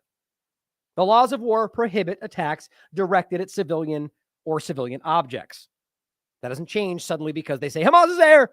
Indiscriminate attacks and attacks that are disproportionate in the harm they cause to civilians. All parties to the conflict must take constant care to spare civilian populations. In northeast Gaza, north of Bet Hanon, one screen agricultural land is now brown and desolate. That's by design. Fields and orchards were first damaged during hostilities following Israel's ground invasion in late October. Bulldozers carved new roads, clearing the way for their vehicles. The design. But since mid-November, after Israeli forces took control of the area, satellite imagery shows that orchards, fields, and greenhouses have been systematically razed. You see, after they took control of the area, leaving sand and dirt. This is my point, guys. This stuff is undeniable. But the people that want you to pretend this is about freedom, are terrified that you're going to realize that they're not real either. Farmers planted crops like citrus fruit, potatoes, dragon fruit, prickly pear, and plenty of different things, and they were removed. High-resolution satellite imagery shows bulldozers were used to destroy fields and orchards. Tracks are visible. You think Hamas is driving around in these armored bulldozers? As well as mounds of earth on the edges of the former plots, Israeli forces have used armored bulldozers for years. As food systems collapse in Gaza, we are gravely concerned about the well-being of over 2 million Palestinians who are being starved to death. This should make you physically ill, that these people are proudly conducting genocide, and your governments clearly don't care. So here's another example. Amnesty International, with another investigation, has found that U.S.-made Joint Direct Action munitions, you remember this, the JDAM, were used by the Israeli military in 2 deadly, unlawful airstrikes on homes full of civilians in Gaza. Not maybe, not could possibly mean, but we prove with investigation that yes, they used these U.S. weapons, and yes, they bombed civilian locations unlawfully. Now, before we get into the investigation, let's not forget, where did the JDAM get discussed? That's right. It was the missile that we discussed being used on the Al-Ali hospital. The hospital was hit with a very high probability by a JDAM bomb. It means it was the Israeli Air Force and a targeted attack. And the discussion was about the air deployment, remember? So it would explode before it hit the ground. And this was basically proven by even corporate media until they came out with another half-hearted distraction story to make it seem like it wasn't exact. The bottom line is that, I think it was actually Human Rights Watch that came out and said, we don't know, was the epitome of their argument. We don't know for sure because we can't get in to see it, even though Hamas was going, come, we'll show you the evidence. They said, we can't see it. The point is that this is now being proven that, yes, the Israeli government is using these to bomb civilian locations. Now we know that was what they did on the hospital. Here is Amnesty International from today. U.S.-made munitions killed 43 civilians in 2 documented Israeli airstrikes in Gaza. Fragments of U.S.-made JDAM bombs were found in the rubble. That was this picture here with it's Boeing, Merchants of Death, in the rubble of destroyed homes. Attacks must be investigated as war crimes. U.S.-made weapons facilitated the mass killing of extended families per the Secretary General of Amnesty International. It says U.S.-made JDAMs were used by the Israeli military in 2 deadly unlawful airstrikes on homes full of civilians in Gaza. Amnesty International has found, based on a new investigation, the organization found that these airstrikes were either direct attacks on civilians or civilian objects, or indiscriminate attacks, and is calling for them to be investigated as war crimes. You realize they've now been able to actually investigate on the ground. The organization found distinctive fragments. And by the way, this is one of the reasons they did not want to have a pause. Found distinctive fragments of the munitions in the rubble of destroyed homes in central Gaza following 2 airstrikes that killed a total of 43 civilians. 19 of them were children, 14 of them were women. In both cases, survivors told Amnesty personally that they had no warning of an imminent strike. Everything. We're being lied to about everything. Quote, 2 families have been decimated in these strikes, further proof that the Israeli military is responsible for unlawfully killing and injuring civilians in the bombardment of Gaza. It says Amnesty International did not find any indication that there were any military objectives at the sites of the 2 strikes or that people in the buildings were legitimate military targets, raising concerns that these strikes were direct attacks on civilians. Now, of course, if Israel goes and pretends they find a tunnel in this location, they'll just tell you Amnesty is part of Hamas, and then they'll all plug their ears and move forward. In addition, it says, even if the strikes, which Israel has yet to provide any information about, were intended to target military objectives, the use of explosive weapons with wide area effects in such densely populated areas could make these indiscriminate attacks. As such, these attacks must be investigated as war crimes. Right. Because it's damage, not accuracy. Same point. That what we're talking about is even if you found a tunnel or Hamas members, they're using explosives that bomb buildings surrounding them. So this is clearly about damage. It says in both attacks, the bombs used U.S. manufactured JDAM kits. The photos of the metal fragments from the weapons clearly show the distinctive rivets and harness system that indicate they served as a part of the frame that surrounds the body of the bomb of a JDAM. In addition, the codes stamped on the plates from both sets were recovered were associated with Boeing, the manufacturer. Just like we saw in Yemen, right? The U.S. government literally funds the worst atrocities around the world. That's what they do. And that's not you as an American. That's you, or that's the government pretending they fight for freedom while doing the worst things around the world. I think that was it in here. Now, this is the second investigation they've had about provable evidence showing that they're targeting civilians. Now, here is what this complete clown has to say about this. Problem of this entire situation, which is that Hamas has embedded itself inside civilians, inside civilian homes, inside mosques, in schools, in churches. It is Hamas that is putting these civilians in harm's way. For all the questions, and I understand why people I stand here and people ask me questions. He's clearly flustered with this. Questions about what Israel should do. I'm happy to take those questions. Right. I'm surprised I don't hear more people saying, why doesn't Hamas lay down its arms? Why doesn't Hamas? Okay, where exactly would Hamas go, Matt? Right? You're in an open air prison. You can't leave. So lay down your arms and do what? Like, the argument doesn't make any sense. Now, let's just say that that's not in support of Hamas either. The point is that it's been made explicitly clear that their goal is to go after all of Palestine. Repeatedly, they're stating this. And his claim is something we've never proven. Over and over and over and over, mosques and schools and hospitals.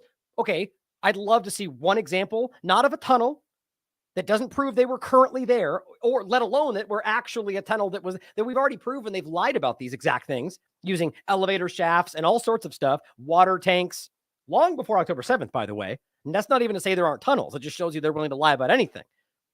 Where is the evidence? And the international community has already put it on Israel. The onus is on you to prove that Hamas is present. You can't, just because what it really shows you is not just Matt, he's just a repeater, is the U.S. government is okay giving them the pass, just siding with something, even though the international law, the international community has already stated the law is clear that they have to prove these things. They can't just go forward claiming it's there with nobody knowing that. But the U.S. government goes, no, we're going to give our clout to that. Even though, as we know, with their behind the scenes leaked information, they're very aware they're not doing that. That's the staggering part. And that's why it's clear that Matt, I think, is increasingly aware that we all, everybody, including his own colleagues, see right through what he's saying. So that's hard to do. That's why this job is nearly impossible, and most people don't last that long, because all you do is lie. Hamas move out of schools. So why doesn't Hamas take additional steps to protect civilians? Because we think they should, as we think Israel should. Right. So why is it Hamas's fault in any way that you're now bombing civilian locations without Hamas being present? See, that's the whole point. Now, let's just pretend you take his ridiculous narrative at face value. Well, okay. Still doesn't matter, right? Because we still have the evidence coming, waterfall of evidence coming out showing they're not just targeting Hamas, that they are targeting UN locations, schools and mosques and hospitals where they're not, or civilian homes, or homes of journalists. You see, they know this. They know that we know this. So that's why this is an increasingly difficult game they're playing. But they're stuck. They're too far in. That's why this guy, who's usually pretty good at what he does, is stumbling, saying the wrong things, because he's, I think, aware of that. This person is also complicit.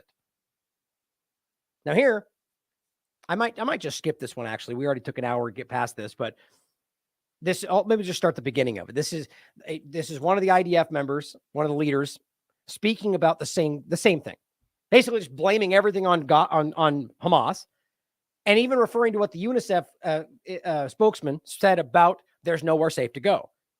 It's just, can you guess what he said? Just all Hamas. No matter what, it's Hamas's fault.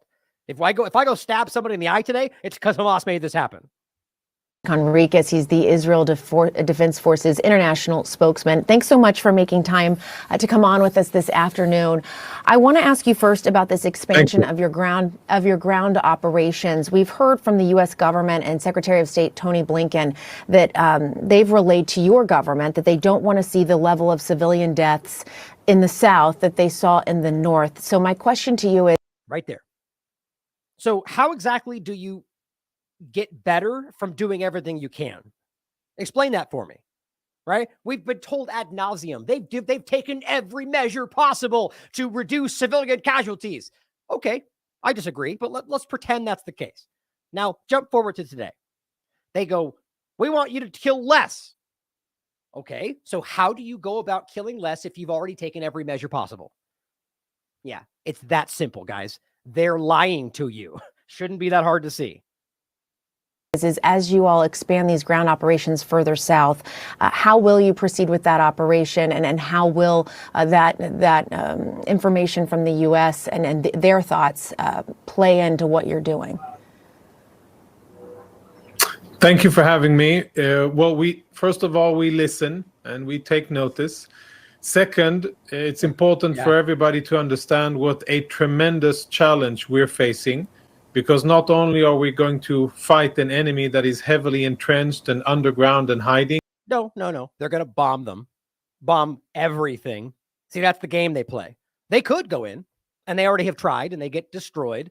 The lines of more tanks apparently that have ever been blown up in any Israeli engagement, right? That's apparently the reality right now. They're not telling you that.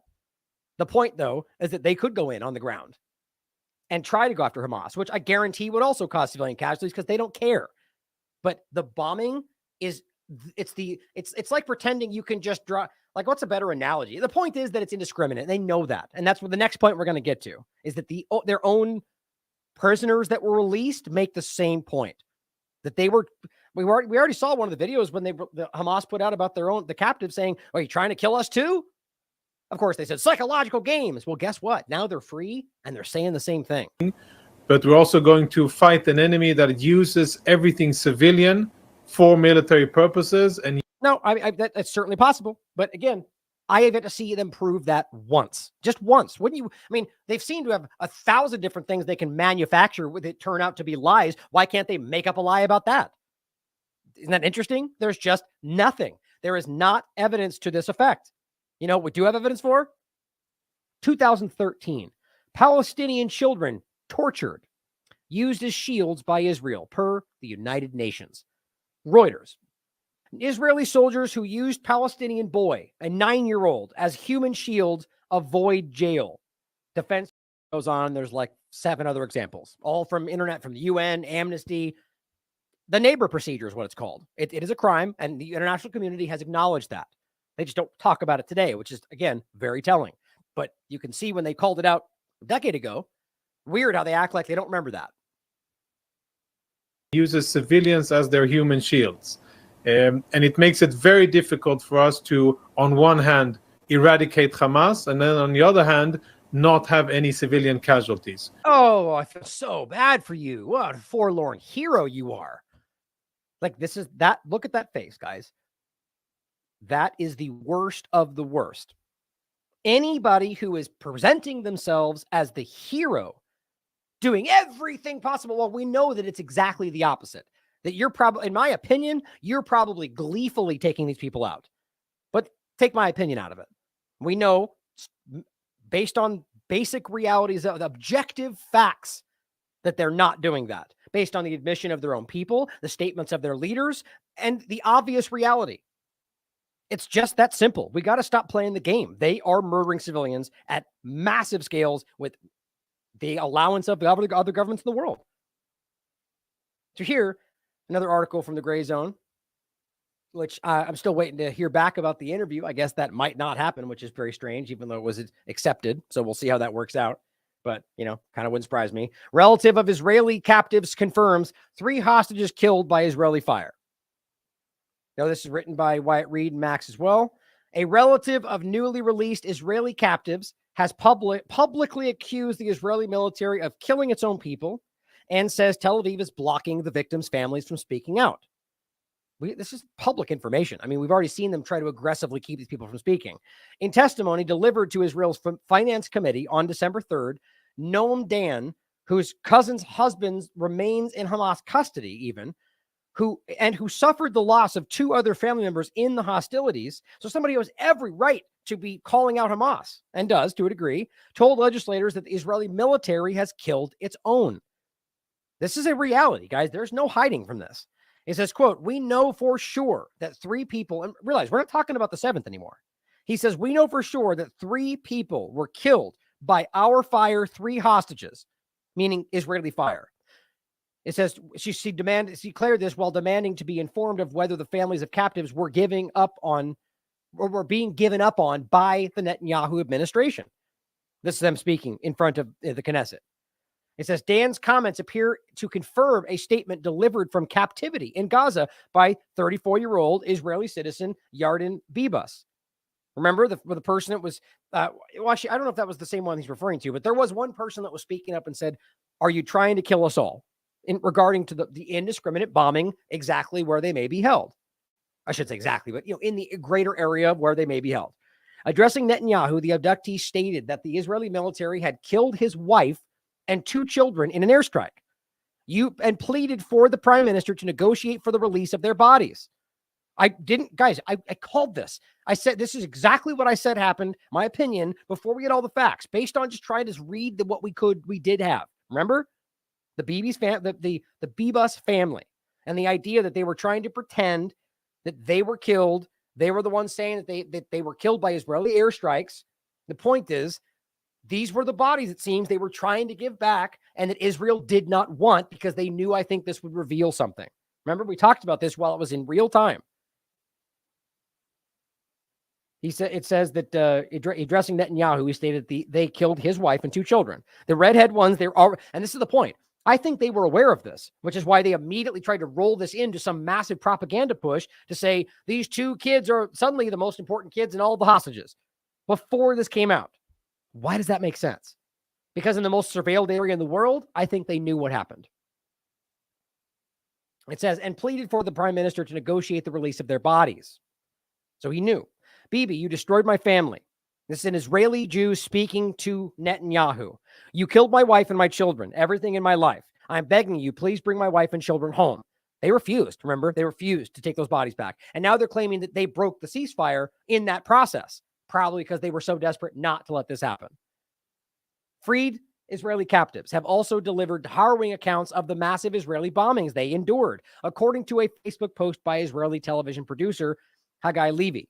From the reports of the returning abductees, it is repeated that the most horrifying captivity trauma that they experienced was not Hamas beating them, torture, rape, and whatever else, was the IDF bombings. When they tell about them, they literally tremble in front of me. This is an Israeli reporter saying this.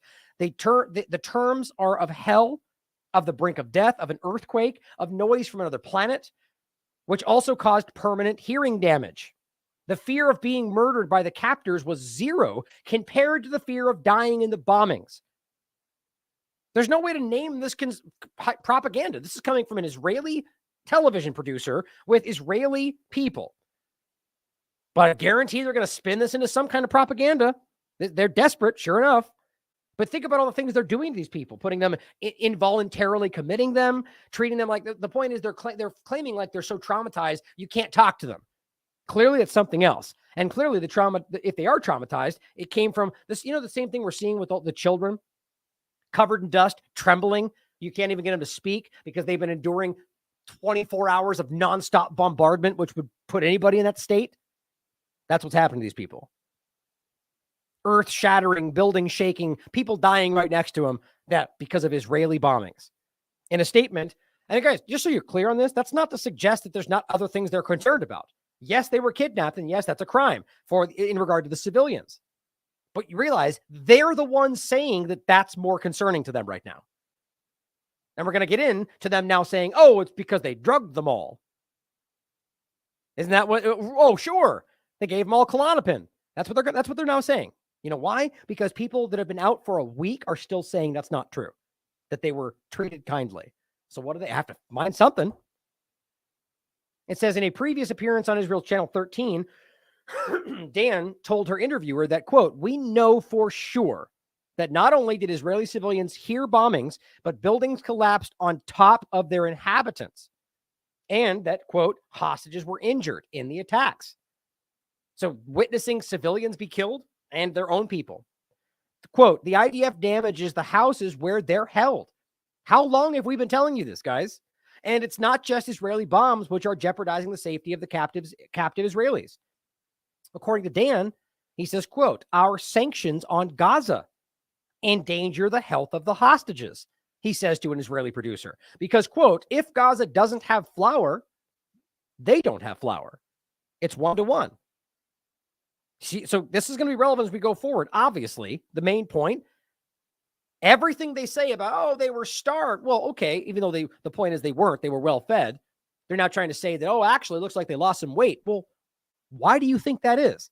And think about the reality that you have people that are literally in a starvation tactics siege and still feeding the captives. Like everything they do seems to go the opposite direction right now because I think it's desperate. Framing very benign things as some kind of secretly terrifying when in reality, the people that were there seem to be more worried about what you were doing to them. Their tactics were designed to take everybody out in this area. I don't know how we don't see that by now. It says, quote, we used to think the IDF knows what it's doing. We now know nothing's that simple. Again, Alt speaking on the record, and we've heard from most of these people. In the same interview, the Israeli revealed that Tel Aviv has prohibited her from divulging information about the very difficult experiences. Now, why would that be? Why would the Israeli government be explicitly telling her not to speak on the record and claiming it's because she's troubled and she's having a hard time with it? She doesn't want to speak. That's what they're saying.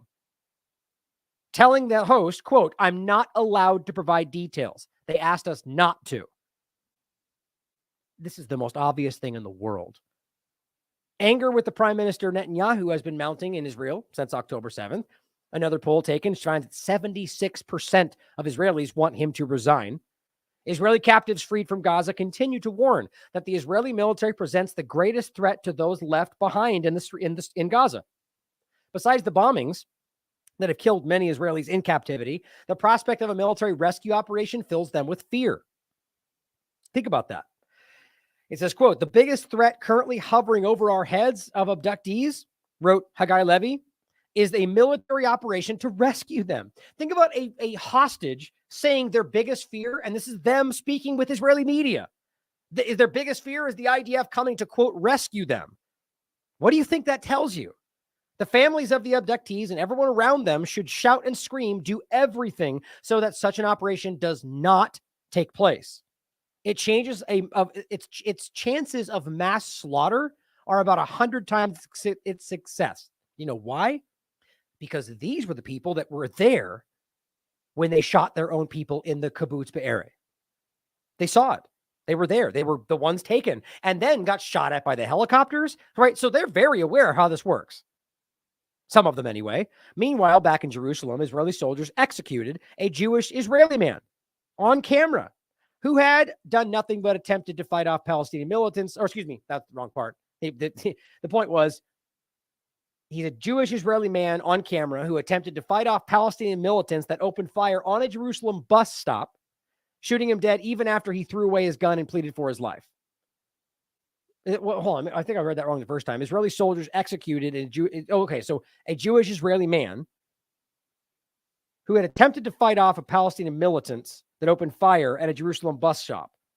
What's weird is he says, meanwhile, shooting him dead after they threw away the gun and pleaded for his life. Responding to the latest incident of friendly fire, Netanyahu shrugged, that's life. Now, the point, though, the main article show image for the article show today, Bibi the Destroyer of Israel. You're not hearing this in corporate media from the United States. And let's remember, people that survived who didn't get taken, 18 of them have now been put in involuntarily committed into a mental institution. Starting to seem like that's not about their health anymore, is it? Now, Hen Mazig, one of these constant propagandists, has said this. It is beyond horrific. Okay, so we get the story coming out, right? Of people that were there and people that just came home saying, we were afraid of you. You bombed and killed our own people. This guy gets pushed to the task. An Israeli health ministry official stated the foreign hostages were drugged with different terms for it. Clozapam, Klonopin is the general term. Oh, he deleted it. I can't believe it. Live on the show. You gotta love that. Oh, look, it's still there. Let me take a picture of that. God, these people are so disgusting. It's just so dishonest. Yep. Post deleted by the author. What a coward. Here, let's do this real quick, so everybody can see it.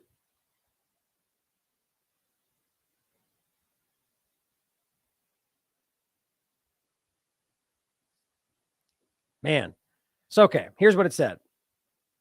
Oh, it's still up right there. So he said, I can't read the full thing, I guess. Oh, well, so basically saying, when Hamas handed them over to the Red Cross.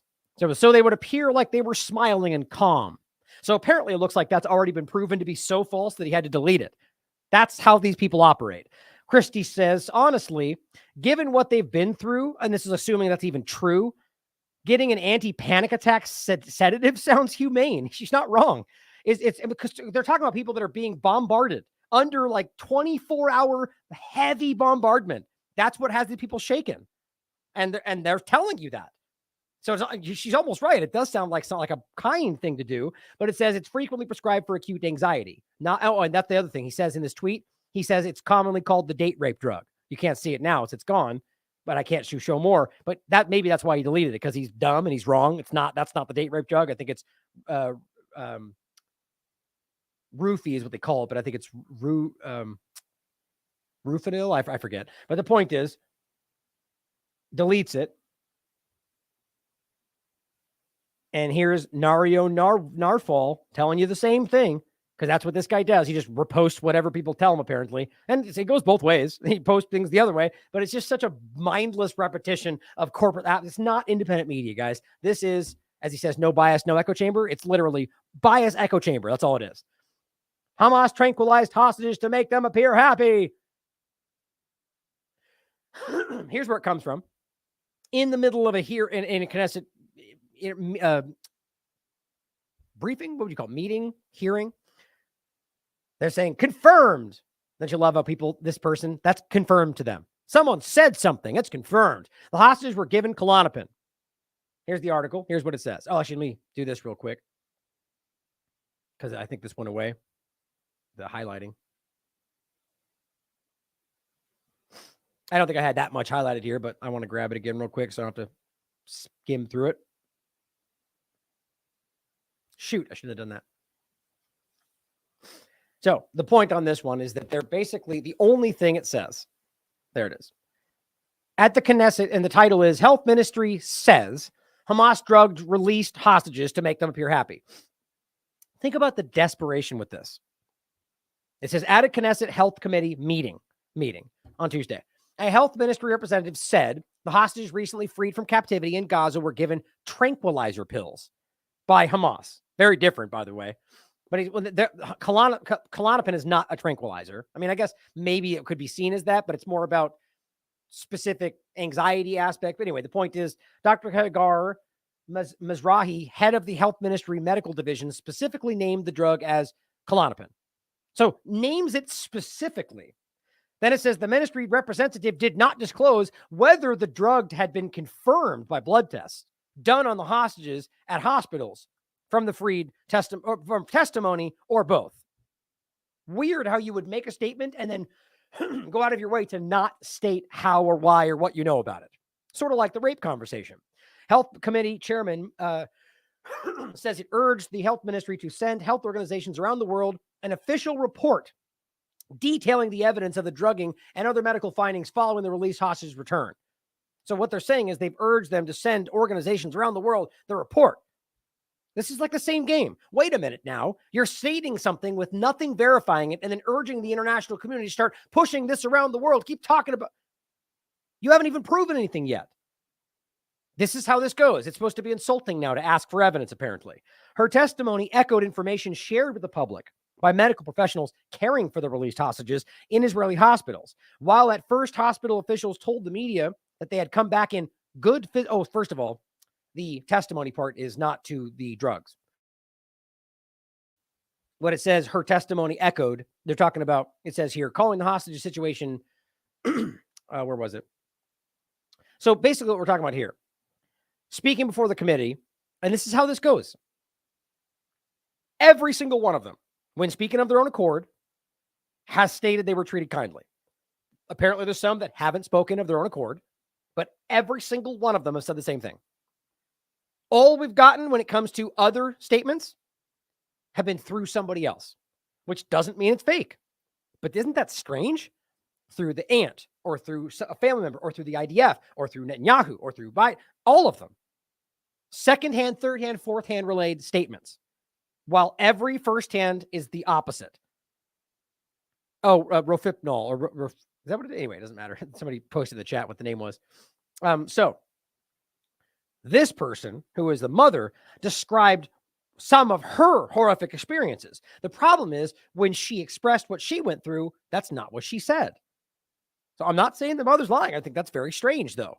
I do know that a government can exert a lot of pressure should they want to, sort of like making people make up what they've seen, which we've proven. Now, it says her testimony echoed in regard to how bad it was, information shared by the public medical professionals. So somebody else, not firsthand information, caring for them at the hospitals. While at the hospitals, or excuse me, while at first glance by the hospital officials, they said they came back in good physical health. Okay, that's what they said. Now they're saying that's not altogether accurate. Okay. So you, with no other outside influence, see them and look at them and go, yeah, they look like they're doing well. Right? Okay, that's what happened. Then, all of a sudden, they come back and there's some other influence, as we've already seen. Let's not dispute that we're being lied to. The IDF and the Israeli government are desperately trying to lie their way out of something. And all of a sudden then becomes, well, no, whoa, no, never mind. Suddenly, I see a lot of problems. That seems pretty strange to me. Here's what it says. Hostages had lost 10 to 15% of their body weight. Well, they're in the middle of a literal starvation siege. And even then, they still made food or still got fed. But my point is, I don't even believe that. Look at these people's pictures and look at their pictures before. They look exactly the same. But even then, the point is that if that even did happen, we already got told that that girl was saying, no, we were supposed to share food. No, we got everything we got. Feminine hygiene, everything. But it says after having been deprived of food and water, so now that's how you're framing it, some exhibited disordered eating upon their return. Like, guys, you know what this seems? This is after claiming everyone was raped and murdered and tortured. This is them trying to make benign realities into some horrifying experience. And I'm not trying to belittle what they went through. Being kidnapped seemed to be terrifying. But why aren't they saying that? Come on, guys. This is not hard to see. There's something very unnerving about all this. And the point is, losing some body weight, if that even happened, lines up with the fact that you're trying to starve everybody there while bombing them all. And now claiming that through an IDF statement about, or the hospital statement about what they're dealing with, but it's not a individual. It's a hospital said. See my point? The returnees had injuries and had become infected due to lack of proper care and access to hygiene. Again, I actually haven't seen any of that, but it wouldn't surprise me. But think about it like this. You're in a situation where they were bombed. Oh, wait, further back. They were shot at by the IDF and possibly by Hamas too in some cases. I only say it like that because I don't know. A lot of people were just taken, right? And they weren't shot. So it's hard to say that they were shot at by Hamas, but we can prove that they were shot at by the IDF. My point is nobody should dismiss that the Hamas would shoot at them. But so they saw and experienced their own people shooting at them, saw their families get killed right next to them, as many of them said. Then they got taken to a car, and then they saw the helicopter fire at them, saw the car next to them get blown up by a helicopter. Think how terrifying it is going, this is the IDF shooting at us. Then they end up in Gaza. Then they go through 40 plus days of, or more than that, constant bombardment that would put anybody in a state of shock, right? Okay. In all of that process that's not at the hands of Hamas, they might have cut themselves. They might have hurt themselves. They might have been shot. So they're now in an area where we've already been proven by the people that came out where they got treated.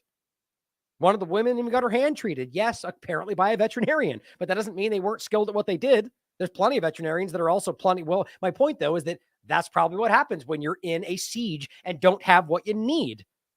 They're the ones stopping access to water and electricity and fuel and everything and medicine and food. And yet then when that trickles back onto the hostages you knew were there, you go, look at what Hamas did.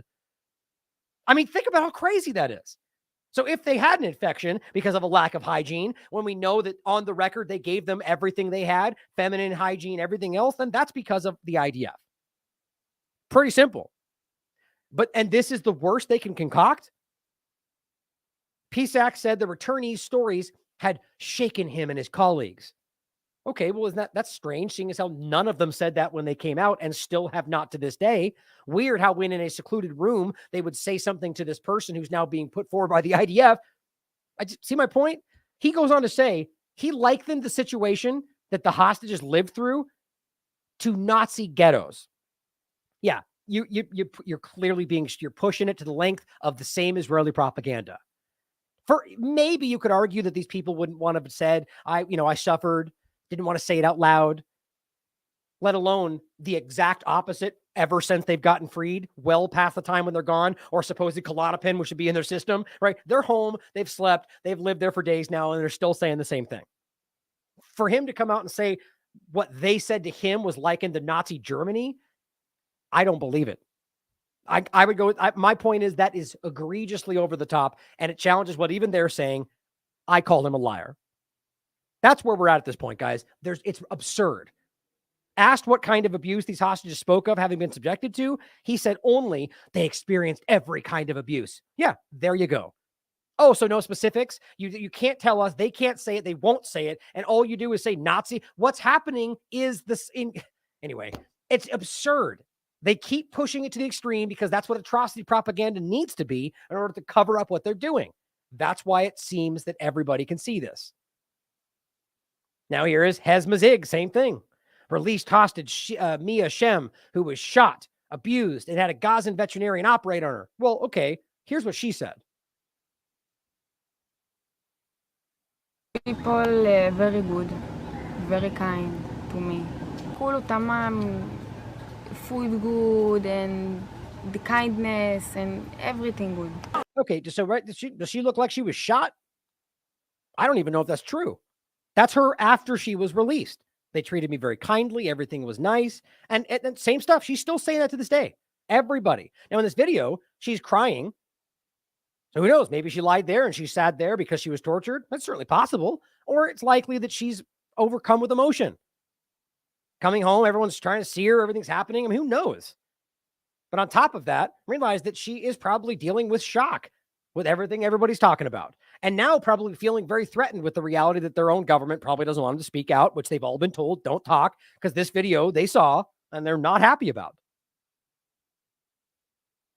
So he makes it about her suffering when she's saying something different. Now, of course, maybe she's lying. I don't think that. The point is, why in the world Hen Mazig feels that he has the right to frame what she went through despite her saying something different. Because you know what? That's him disgustingly using her for their agenda, not the other way around. Now, Dan Cohen points out, unable to effectively combat the armed resistance, Israel is considering flooding Gaza's tunnels with seawater to force fighters and hostages out. Right. So if we ever needed another example of how much they don't care about killing these prisoners, there you go. So you're telling us they're being held in these tunnels. So you're going to flood them with seawater to get Hamas. Right, because that won't potentially kill people that yeah, obviously. It says this could destroy the remaining water and wastewater infrastructure, probably by design, ruin the soil, further degrade Gaza's aquifer that's not even 97% undrinkable water. U.S. officials admit it could bring global condemnation. Israel is desperate. Here's the article.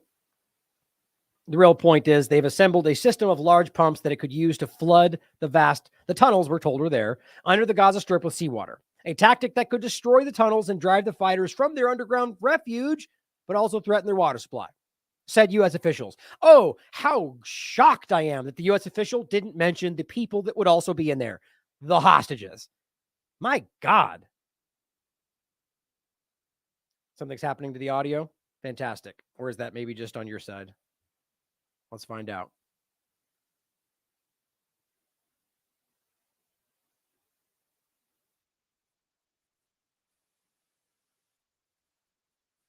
Can you guys hear me?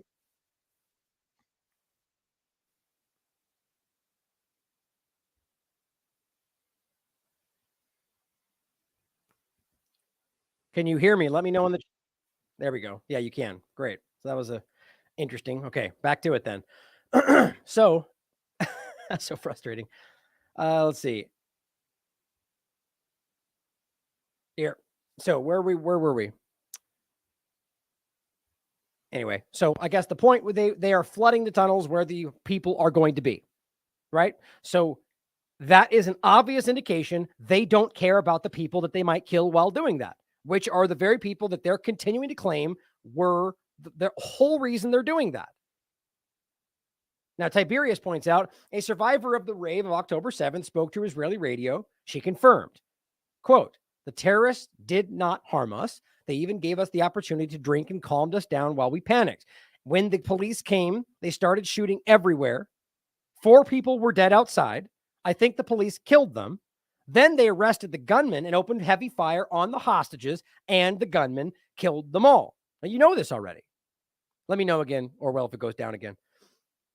They definitely have this is something that's been on the record since the moment that she spoke to Israeli radio.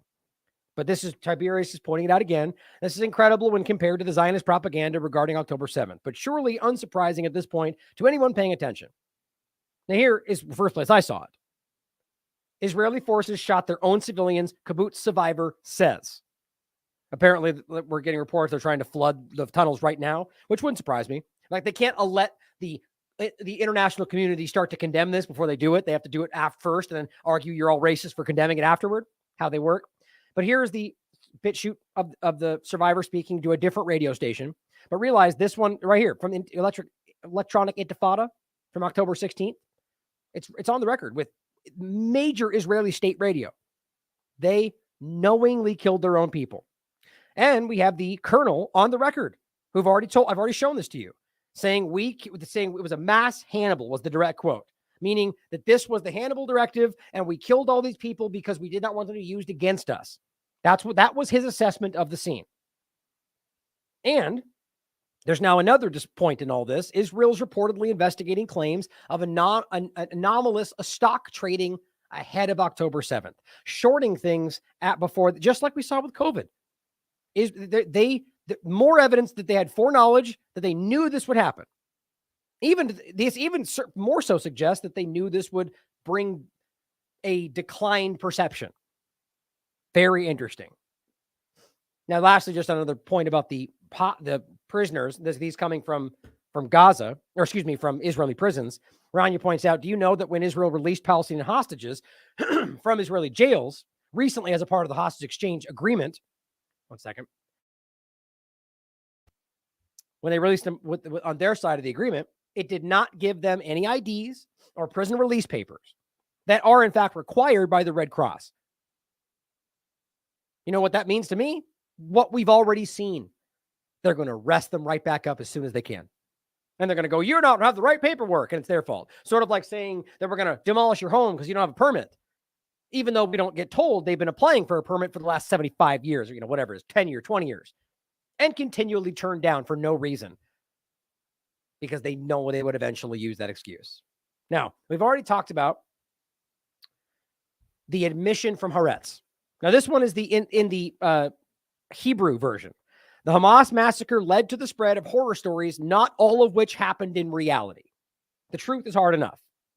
Here is also the U.S. version, or the English version. Hamas committed documented atrocities, but a few false stories feed the deniers. Of course, that's how you frame it in English. The point over here is quite a bit different. Not all of it really happened. The truth is hard enough. But the point is, and this even Glenn Greenwald just covered this. Mohammed shared this. Read the article. We went through it in length in this discussion, or rather, in this one. Watch the whole show for yourself. This was our last show before this. But the point is, the Haaretz article doesn't mince words. They proved, as we already know, 40 beheaded babies did not happen.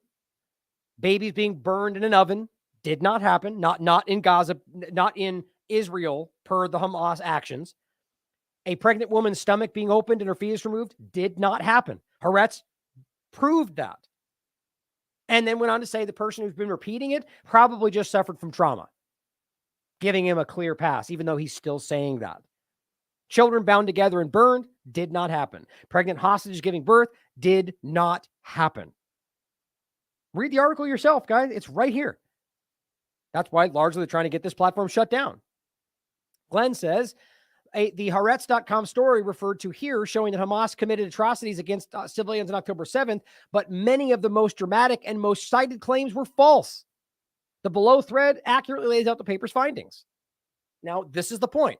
People like Eli David continue to share these things. He says, hi, Columbia University. Here's the page. It says significance of the October 7th Palestinian counteroffensive. Right, because in his world, you're not allowed to frame this the reality that the Geneva Conventions allowed an armed resistance to an occupied state, which was Palestine. They've always maintained it's occupied. The UN, everybody, even the US, when really pushed to it.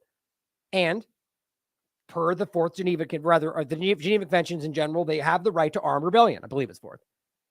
The point is that means they acted under the law, as I've said many times.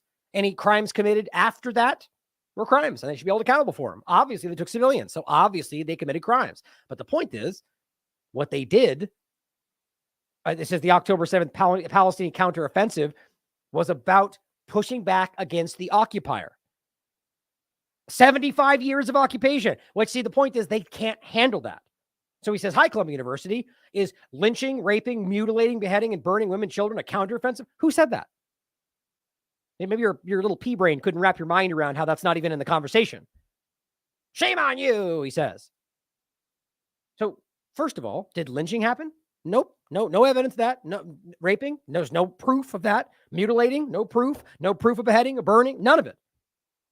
Because we've already proven this, and now even Haaretz has proven this. But they don't care. He's going to keep pushing it. Even the Israeli government will keep lying about it. So anything pro-Palestine is terrorism to these people, because they're desperate. Dan Cohen points out, as unsubstantiated mass rape stories are circulating again, because I'm telling you, there was a planned push here. He says, remember that this CNN person, Sarah Snyder, one of the key figures who spread the 40 beheaded babies lie, promoted fake rape stories in Libya in 2011, which were fake. The fake Viagra rape stories, the same ones they lied about in Ukraine. It's the same game they play every single time, which brings us into this conversation. Now, this is what we just went over. This was on the 3rd. Haaretz exposes atrocity propaganda and simply asking, were rapes committed on October 7th? Let's review the evidence, which, by the way, guys, is a static set of evidence from one day. October 7th. That's not talking about what may or might not have happened or might still happen from people in Gaza. It's about October 7th. And the way they frame this as some kind of ongoing development of evidence is very, very revealing in and of itself. But we went through this tooth and comb, and it's obvious. Then, and even more so today. Now, I'm not saying, again, that means that we can prove that no rapes took place. I don't think we have all of the evidence yet. I think there are still people that might be able to say something or add to the more evidence from Gaza, or we haven't even physically heard from the women they claim experienced it. That matters. They're claiming they have women that are saying, I experienced this, which would hold a lot of water. Even for someone like me, if a woman steps up and says, I experienced this, you could argue it's certainly possible that she could be put to it the same way we've been seeing. That's a hard thing to say. It really is. But the reality is we've seen Israel already do this. And I'll prove it to you again today. There are people right now who are coming out and saying, I saw this, and we can prove that it did not happen. So how do you explain that? So my point is, I wouldn't put it past them from making that happen either. But my point, though, is that if they came out and said it, it'd be really hard to put that away. Gosh darn it. So they're saying the audio is down again? See, guys, this is what I'm dealing with constantly.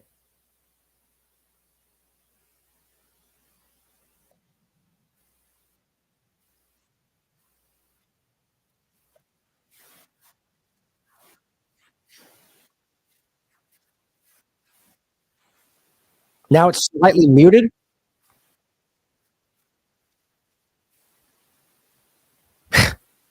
All right, maybe you guys should just stop telling me, because I don't know why. Let's just let it go, because otherwise it just kind of derails the show. Yeah. Just low, apparently. I mean, I don't know how that's possible. Jeez. God, it's so ridiculous. I'm telling you guys, this is only going to get way, way worse as we continue down this path of technocracy, I mean, and how this all works. All right. Yeah. See, again, I completely lost my train of thought. All right. So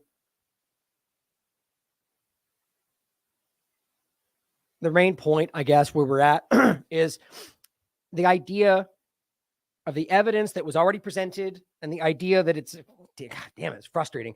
So the idea that we're talking about all the stuff that was, so yeah, static day. The point is where we are today, the amount of information has already been shown to not add up with what they're saying. And the evidence, I'm just trying to get it right back on the same point. Anyway, I'll just start over. So that's very frustrating. So the point is, guys, we're talking about the fact that I discussed in the show that were they committed on the 7th? Okay. So the evidence in this discussion that we presented already proves that there are provable lies within their story, which does not mean that we don't know if that does not mean we can prove it did not happen. Okay. What we're dealing with here is the evolution of the evidence. And I think that my point was, what I was ending with there, I guess, is that if somebody does come forward of the people they claim both, by the way, experienced it or witnessed it, even the ones claiming they witnessed it, I've not seen any kind of public. We've gotten this through the public secret screenings or IDF members relaying it or the leader of this group saying she told her. It's just all very weird and secondhand. My point is that if right now we can prove that they've lied about things they've seen, then we need to realize that there's already provable lies within this whole campaign. That has to matter right now. I'm going to try to put away my frustration with that because I know that was... See, this is the hard thing with these topics, guys. I'm not even going to look at chat for the rest of the show for this reason. So the point is, this is a very difficult topic. Okay. This is a very, very sensitive and hard topic. And even the slightest derailment, it gives people the ammunition to pretend like we're being insensitive or they don't want to look at it. And so it's very difficult. And it's not your guys' fault. I thank you for telling me what's going on. So we already talked about this. This was the article we went through in this show. First, Hamas fighters raped her, then they shot her in the head. Now, what we're seeing is the repetition of these same stories. I think the thing that I'm frustrated about is I wanted to bring the other part of this whole show into it, and I can't even get back to where we were on that. Just the lack of evidence of everything else. But so this discussion here, we're seeing the repetition of the information, the recycled statements, the same, and again, not even to say it didn't happen, just that we have yet to prove any of it. It's just firsthand, secondhand, thirdhand, repeating the stories, new articles posting the same information, then being heralded as another aspect of the evidence, right? That's not the reality. It's the same 4 or 5, 6 same recycled stories over and over from people that many cases I'm going to prove right now have said things I can prove to you are lies. Now, first of all, as we already said, just really quickly, the reality of this article telling you that the forensic evidence is not there. They lost the information. Or the time to get the information, right? There was a window for a week that they did not access, as it says right here.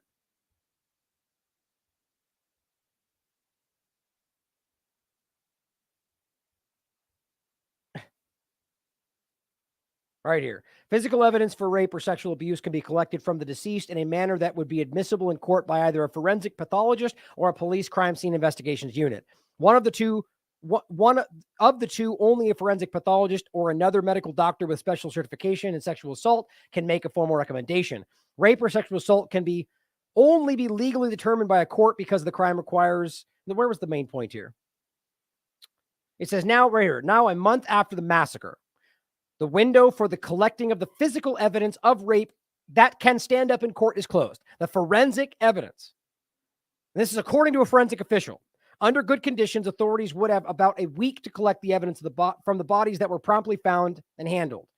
But these were not optimal conditions for evidence collection. Now, this article goes on to say it again in different words. Other articles have said the exact same thing. They did not collect forensic evidence. They've even gone on to justify why. Because we were more concerned about identification. Well, okay, fine. Even whether you accept it or not, the point is they did not do it. The time has passed. So now we've proven in this article, they said they have forensic evidence. So they're lying about that. By default, they did not take forensic evidence. They've repeated that 4 or 5 times from officials. So here we are, where they're now pretending they somehow have forensic evidence that would somehow verify that there were actual, like court of law level, like the actual accountability side of this. We also have the discussion of one of these journalists who saw the screening. The same screening that they're showing all the other special select journalists, most of which come out and go, yes, it proves everything. Well, he had a different story. Watch the whole thing. The point was, he argued, and I went over this in depth. There was no proof, most of it's also no evidence. The beheaded babies, there's nothing. And they've all walked that back, but there's no proof of beheaded babies. No proof of Hamas killing children. No proof of rape. No proof of beheading humans alive. Hamas even, and this is in the screening, Hamas even asked the partygoers if they were soldiers or civilians. Yep, all of it shows the reality of what they've been lying about this from day one.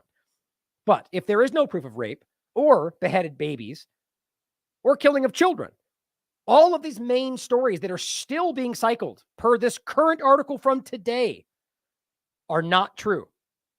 Owen Jones, when then put to it by somebody else, who says it was that Luis Cruz guy, who has still never posted that video, by the way. He's still claiming now, even now that Haaretz is saying that never happened, that he saw himself, the woman being the baby taken out of her stomach and blah, blah, blah. So he's lying, guys. Either he was somehow shown some snuff video or he's lying. We also have examples of people that were claiming they walked across and saw some of the things we can prove absolutely for a fact did not happen based on the evidence we can show you from 2022. He says he asked a UK journalist and an American journalist, and they both said, yeah, I didn't see those things either. There was no evidence. So we're in the middle of a massive psychological operation here, and they're using the suffering of their own people to hide what they're doing. Here's what this says, the BBC, from December 5th. Hamas raped and mutilated women. Now, I'm going to kind of omit some of the most graphic stuff because I just don't want to repeat all this stuff again. But it says several people involved in collecting and identifying the bodies of those killed in the attack told us that they had seen multiple signs of sexual assault. So again, starting with BBC relaying what the IDF is telling them. That's what this is. Several people said, yeah, we've heard this over and over. I'm not saying it's not true, but then they go on to say the same things. But the several people involved in the collecting and identifying, which, by the way, even secondarily means that they only saw the aftermath, because they go on to say they had seen multiple signs of sexual assault, including broken pelvises. Well, right out of the gate, guys, the same point as before. The reality of that seems impossible, if not highly unlikely. This is from pelvic fractures and from a medical site. The forces required to fracture the pelvis of a person with normal bone structure are nothing short of massive. Extreme situations, such as motor vehicle accidents and falls from from heights, or what caused this. I actually reached out to somebody about this, and apparently it is, borderline impossible for an average person or a person in general, or no matter how long or repeated different people, to cause a pelvic break through rape.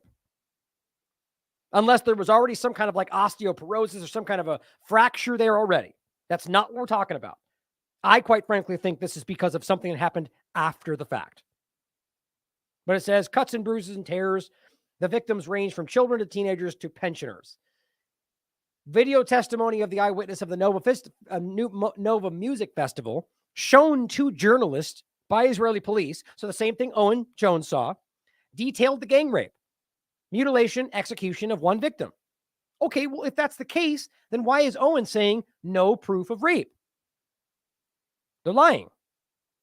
And on top of that, there is no video of gang rape because this has not been proven to anybody. The only people saying they've seen that are in this special screening, and now we've got people in there saying that was not there. And this, what we're seeing by that, guys, is the outlines of some very serious problem where people are either being asked because they want to fight for the Israeli government, or being coerced into lying to you about it on a massive media scale. Videos of naked and bloodied women filmed by Hamas, which again, I guess it's just magic. We're assuming that Israel somehow got all that footage on the day of the attack, and photographs of bodies taken at sites afterwards suggest that women were sexually targeted by their attackers. So that's not even remotely something that proves anything. First of all, we don't know who's taking those videos, as I keep pointing out. But on top of that, it does not prove that anybody was actually sexually assaulted. And this is something I want. I damn them for making me go through this story in the sense that I want to have to pick through this and define. It's disgusting. It makes me sick to have to do this. But the point is that it's clearly something very important for them to lie this much about it, that it's important that we break it down. Now, it says police have privately shown journalists a single horrific testimony that they filmed of a woman who was at the Nova Festival site during the attack. Okay, so you understand this. This is after the fact, a film not there of a woman relaying what she saw. Nobody's heard from her. No, apparently only special people have even seen the filming of her saying this. And the fact that we have people that are saying they saw things that we now prove they never saw makes me question it all. She describes seeing Hamas fighters gang rape a woman and mutilate her before the last of the attackers shot her in the head. It's that same story. It's the same one that, weirdly enough, on one part of the story earlier, we were being told a man was the one who saw this, relayed that to other people. Then and these are all different stories. No, I guess certainly possible that other people saw it, but we have yet to see any of this proven, and none of the people that are claiming they saw this have actually spoken out in public. It says and this is the part. You've heard this repeated. They sliced her breast and threw it on the street and playing with it and blah. All these the stuff that makes you go, like that Pierce Morgan said, how could anybody read this and still? Right. So you just felt like so I could write something really graphic if you're going to believe whatever I show you, right? I mean, it's just ridiculous that people like this, who supposedly are mainstream journalists, who just get words on an article and act like that's supposed to influence everyone's opinion. That's not a journalist, guys. That's a child or a propagandist. It says one man we spoke to from the festival site said he heard the noises. So far, we've got one person who no one's heard from who spoke to the IDF and relayed what she saw. That's the peak of the evidence right now. And don't forget, the Haaretz article that said testimony after testimony went on to say they have yet to take any testimony. That's the level of this push right now. But one man said he heard it from the bushes. Noises and screams of people being murdered, raped, and decapitated. Because, you can clearly hear how decapitation sounds, right? And don't forget, there's also no proof of beheading humans. Alive, anyway. Now it goes on to say, to our question about how he could be sure without seeing it, that the screams he heard indicated sexual assault rather than any kind of violence, he said he believed while listening at the time that it could only have been rape. A statement he made through the support organization describing it as inhuman. So now apparently we have a third-hand account. You've got a man speaking through a support organization, maybe a borderline involuntary committed kind of support organization, who is relaying that information to them, who's relaying that to BBC. Really, really well done. Police say that they have, quote, multiple eyewitnesses. Interesting how nobody else has talked to them of sexual assault, but wouldn't give any more clarification on how many. Same thing we got before. Going to the level in this article of saying that it was insulting to ask.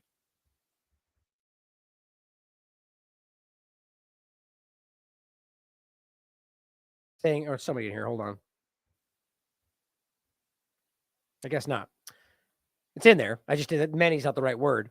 But the point is, in this article, this girl Levy, we're going to show you in a second, Eklam Levy, was being asked how many. International journalists are saying how many were abused, and she got angry with them. How dare you ask that question? It's very, very jarring and obvious the way they're responding to this. And the argument, as they'll make here, that, well, we don't even know how, we're still trying to figure out how many people were. Okay, we're not asking you to guess at who might be. What is the current standing of what your evidence shows people were abused? The way that that's being treated like it's insulting to ask, in my opinion, it quite frankly proves they don't know that they're lying to you. I should say proves, but that's my personal opinion. Like there's never been a time where you act like the evidence from a journalist perspective is off the table. But it says when we spoke to them, they hadn't yet interviewed any surviving victims. So let me read that all again, just so it sets in. Police say they have multiple eyewitness accounts of sexual assault, but wouldn't give any more clarification on how many. But when BBC spoke to them, they relayed that they hadn't yet interviewed any surviving victims. Okay, so wait a minute. How exactly do you know you've got eyewitness accounts if you haven't interviewed them yet? Maybe that's because that's the narrative, and we'll patch it in later when we talk to whoever we even think about that. Israel's women's empowerment minister, May Golan, who also is going to be relevant in a second, told the BBC that a few victims of rape or sexual assault had survived the attacks. and that they were all currently receiving psychiatric treatment. Involuntarily committed due to mental breakdown. Okay, I'm feeling a little bit of some very ominous overlaps here. But very, very few, the majority were brutally murdered. They aren't able to talk, not with me, and not to anyone from the government or the media. Well, that's very, very alarming. So we're going to put them in psychiatric treatment. They're not allowed to talk to anybody.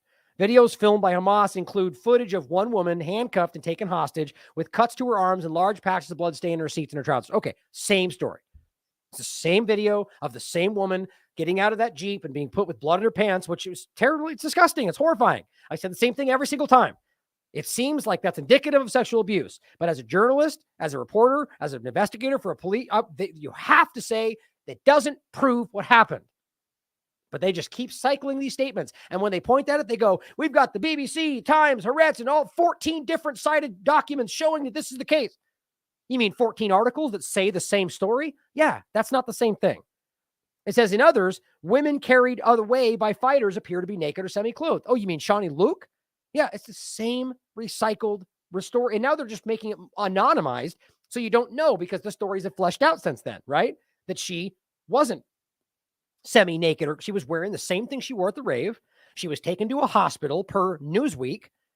I believe she was killed, like we now know the Bibas family was killed. I think she was in a hospital because Hamas took her to the hospital, which even Newsweek confirmed, which makes no sense. That doesn't ignore the people spitting on her, which is disgusting.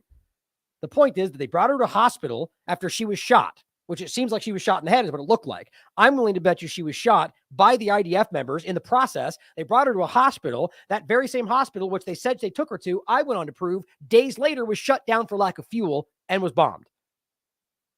I think that's what happened to her, but that's my opinion. The point, though, is that you're listing her again. None of these are indicative of what you're claiming they are. One of them might be. The other one does not appear to line up at all. Multiple photographs from the sites after the attack, they go on to say, show the bodies of women naked from the waist down or with underwear ripped to one side, legs splayed, and signs of trauma. Yep, they're still doing this. This is the one they're describing. An image that we've already shown. As I said, Israel used an image, and to be clear, it is a website that gets this from the Israeli government, that the Israeli government has endorsed to proclaim this is some kind of a website. The bottom line is it has been pointed to and used by the Israeli government. And the only place these other videos and things come from are from the Israeli government.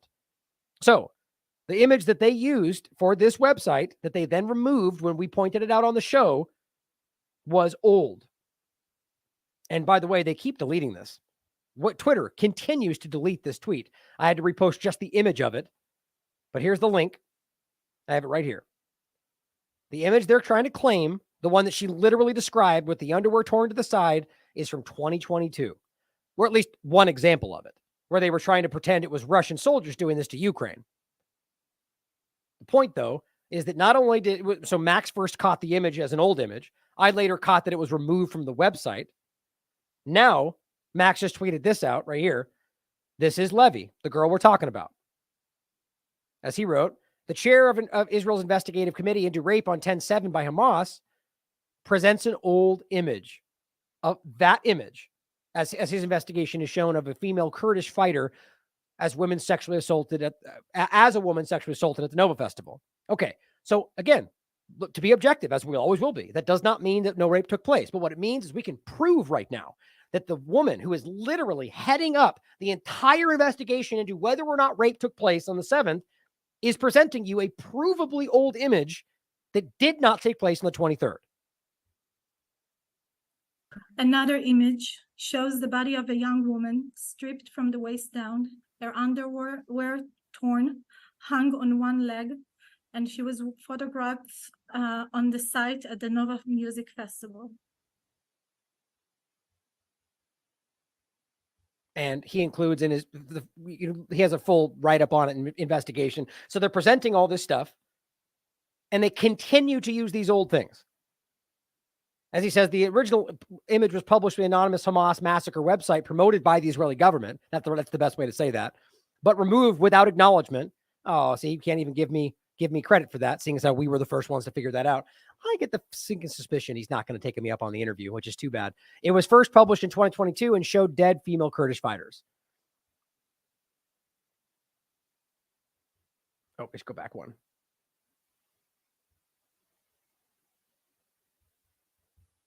Put that there real quick.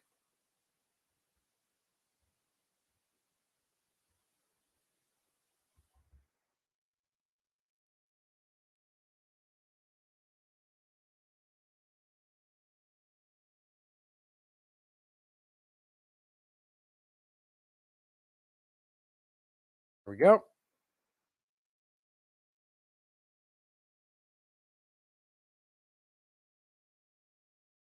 Sorry, I don't normally go that long without talking. All right. So this is the point here. So she shares this as the proof or one of the examples, right? Also, and then I just include this so Twitter keeps deleting it. So again, going forward, we can prove that this was 2022. So just think about how that fleshes out the larger story, right? And we talked about this on the 18th. Israel caught using old image as proof of October 7th rapes. We'll get to that in a second. Another post he put out.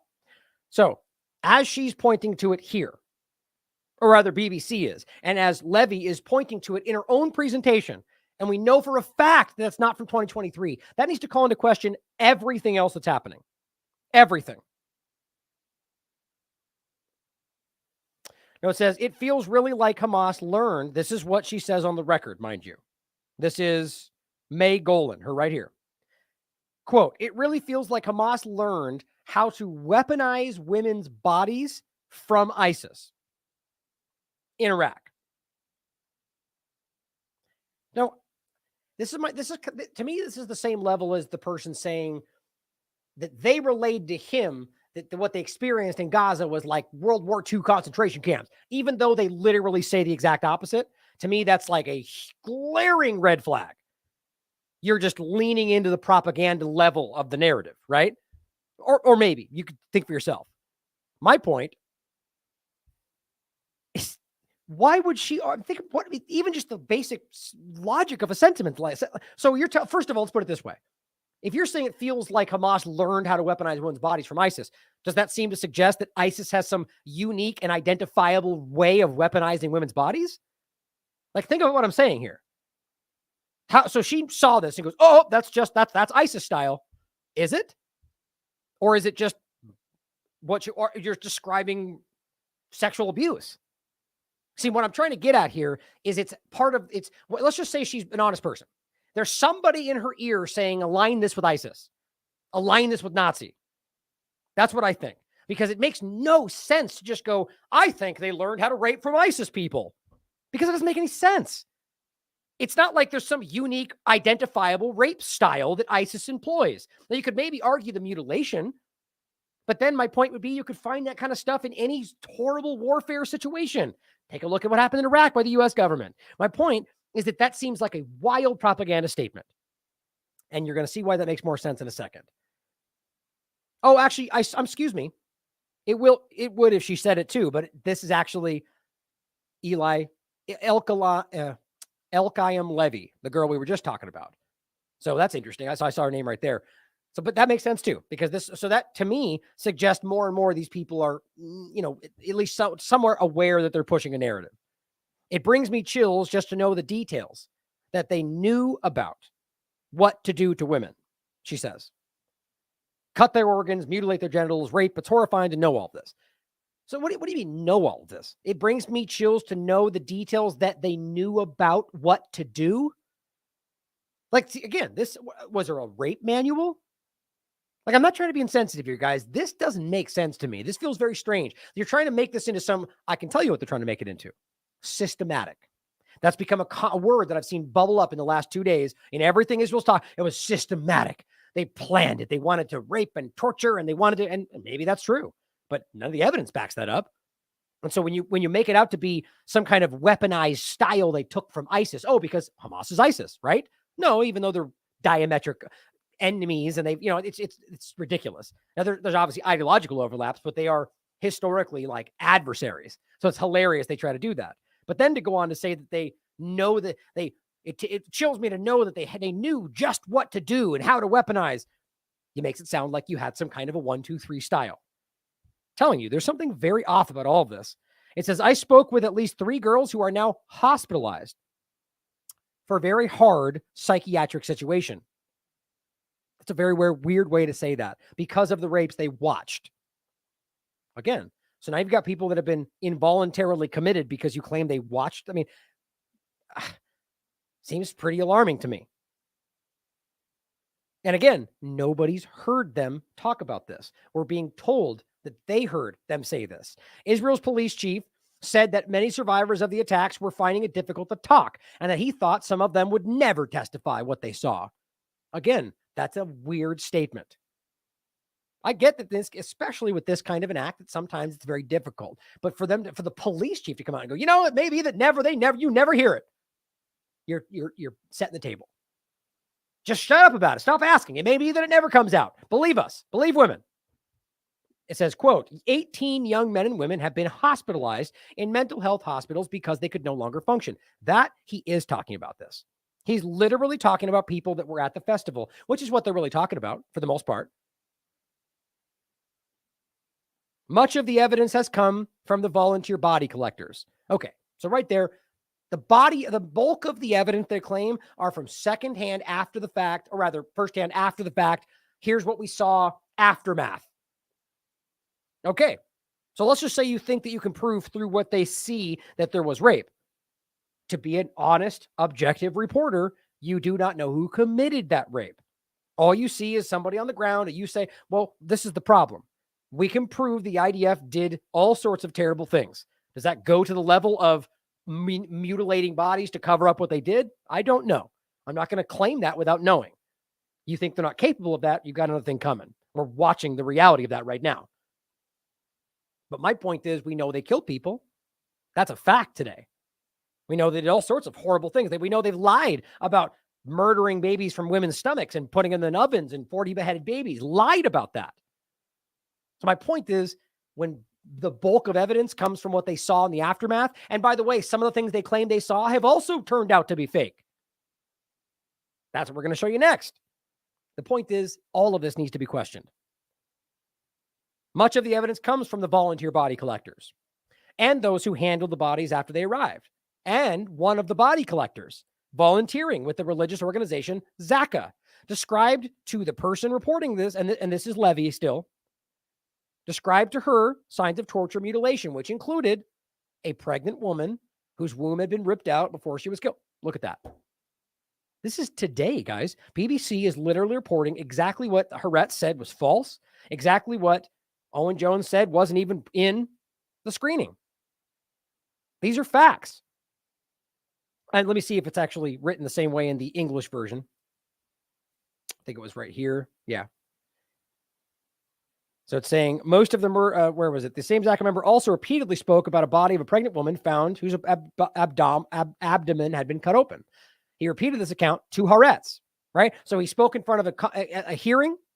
He spoke, that's him right there. He spoke to Haaretz. So this was not some accident. When we turned her over, we saw that her abdomen was open. He said that he found the woman next to the house's entrance and that the boy was found in the safe. Or, no, that's a different one. The point was right here, somewhere in the description. Most of them are children. So I didn't have it highlighted. The whole point of the article, just so you know, is these are all fake stories. These are all things that did not happen. I'm just trying to find the definitive point where it literally says specifically that. Like it says that the 8 bodies of burned babies. Some incorrect descriptions made by the Zaka personnel. One repeatedly talked about 20 bound bodies at the kibbutz, which was fake. He told Haaretz they were boys and girls. There was no evidence that children from several families were murdered together. Hold on, I'm just trying to find the one spot on here. Okay, so here it is. So, no children. Okay, let's start where I was actually. No children 6 or 7 near the ages, those ages were killed, first of all. So he's saying he saw these children killed outside the safe room. And that's also what Owen says. No evidence of children killed. They're saying, no, there was no killed people at all that age in Kibbutz Be'eri. So he's lying. Right there, he's lying. Or, I guess you could argue you got the ages wrong. House 426 in this area, which largely houses kibbutz veterans, older people, saying that basically it doesn't add up with what he was saying. Shani and her husband did not mention a pregnant woman or a family with a young child who were guests in their house. So the fact that you would claim that already seeming unlikely. A clip was posted on social media describing the murder of a pregnant woman, but the website Fake Reporter and other sources say the video was not filmed in Israel. That's this one, which turns out to be some kind of Mexican cartel video, which was circling. All those Zionist shills sharing it, laughing it up. The kibbutz adds that the story of a pregnant woman reported by Zaka is not relevant to Be'eri. The police say the case is not known to them, and a pathology source at the Shoreham Army base told Haaretz that it was unaware of the case. Now, of course, if you read the Hebrew version, it's way more. They're making that almost sound like what they're going, well, we don't know. We don't see it anywhere. As if you might suggest that it's just somewhere else. Read this in Hebrew. It's very clear. Did not happen. And the whole point of the article is it's not real. But Zaka said, the volunteers are not pathology experts and do not have professional tools to identify a murdered person. And so basically, so he got it wrong. As for the pregnant woman, Zaka said that due to the condition of the bodies that were found, the volunteers might have misinterpreted what they saw. Oops. Seriously? And same thing in another story, saying a baby was placed in an oven. Beer made no remarks on the donors, but this story also is not true. There's a good way to look at it right there. Not true. Also, so that one or this one, babies in the ovens. And so my point is, guys, he's going and giving this in testimony in front of everybody. It's not some confused moment where he misinterpreted what he saw. He's still saying that. So shame on Haaretz for downplaying even that. But so back to the point, this is December 5th. They're still reporting that. They're lying to you. Why are we doubting that at this point? The BBC has not been able to independently verify this account. Yeah, see, that is cowardly. Because my point is we can prove it didn't happen. They know that. So instead of saying that, they go, well, we're not sure. Great investigation, BBC. And Israeli media reports have questioned some testimony from volunteers working with the traumatic after. That's them saying that they weren't sure. So that statement there proves the BBC knows it wasn't true, and that's how they still frame it. That's disgusting. Now, another person testifying provided written testimony of seeing the bodies of two women in the kibbutz with their hands and legs tied to the bed. Another story that was proven to be false. See my point, guys? And these are all in the reports. Right now, we have multiple examples of these supposed witness testimonies either being completely fabricated by the IDF or these people are being told to say this because we can prove these things did not happen. It says, quote, one was sexually terrorized with a knife stuck in her vagina, and all the internal organs removed. Now this, guys, comes from her. This is May Golan. It says teams here told us that they'd seen clear evidence of rape and sexual violence on the bodies coming in, including broken pelvises. Again. It says, I want to say that we'll never know how many cases there were. That's Levi saying that. Why would you say that? How do you know that definitively at this point? Just because somebody who was burned may have been raped does not, you'll never know. Well, you could say that about any case of a massive. The point is, they're constantly giving you the language that makes you comfortable with never. Well, just take it at face value and shut up. That's what it feels like. The Civil Commission, headed by Levi, to collect testimony on sexual crimes, is calling for international recognition that what happened on the 7th was systematic abuse. See? So you have this entire article where you're making it clear that we have never gotten proven anything. But then you end by going, how dare you not completely condemn everybody and do what we ask for? It says we see definite patterns. So it was so it wasn't incidental. It wasn't random. They came with a clear order. It was rape as genocide. Interesting how the group with the only job to investigate the rape aspect of this finds that it was rape as genocide was the only point. The only reason I'm even down, like this, we've caught her lying already. There's no reason to show the reverence around this at this point, other than the people who may speak up, who have the allegations. And then, yes, we should treat them with respect because that may be a real story. The point is, as you're trying to frame this as systematic, well, it's pretty obvious because you're already trying to, they trained with ISIS style rapes. And it's just very, very weird. The police, it says Israel's government points to documents it says were found on Hamas fighters that appear to support the idea that sexual violence was planned. Okay, so they got rape manuals now. So they came with chemical weapons instructions, rape manuals, 1, 2, 3, how they a document on how to break into homes, Mein Kampf for special reading. I mean, really, is anybody actually buying this anymore? Will they ever? This was the most documented atrocity humanity has known, she said. That's just insulting. Now they're claiming this is the most documented atrocity we've ever known in humanity. Talk about the hubris. My God. Clearly that's not true. Now, knowing that they lied about this and knowing that Levi has pointed to this exact point, we know she's lying. We know she's been caught lying about the babies. I mean, look, if she's chief investigator or lead investigator of this, and she's repeating the stomachs cut open story, and even Haaretz has proven that's not true, she's at the very least a terrible investigator. And again, here's the actual Wayback Machine, so you can see that for yourself. Article. Here, BBC's key voice of that article is May Golan. She's somebody who led the black race riots, as she frames it, in Tel Aviv before she was appointed Israel's Minister of Women's Empowerment. So she works for the Israeli government. Surprise, surprise. I'm proud to be a racist, she says. Golan declared at one fascist rally she led. Watch and ask. It's saying, oh, I've got that right here.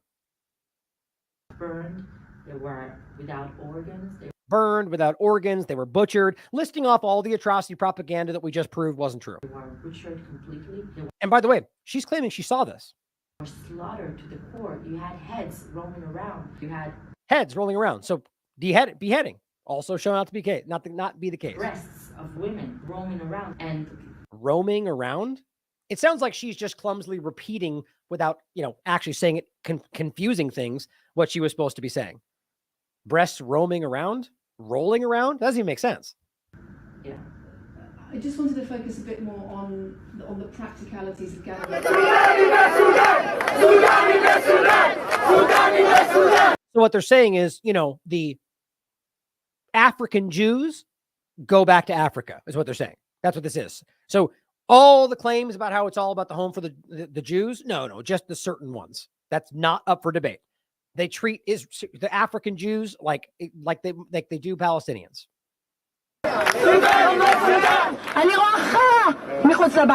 Outside my house, I see SHIT and spit on the psychopaths. You can see it in their eyes. People who just want to kill me. She's part of the problem. Nobody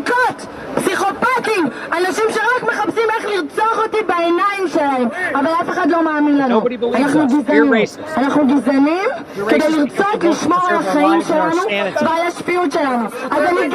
so proud to be a racist.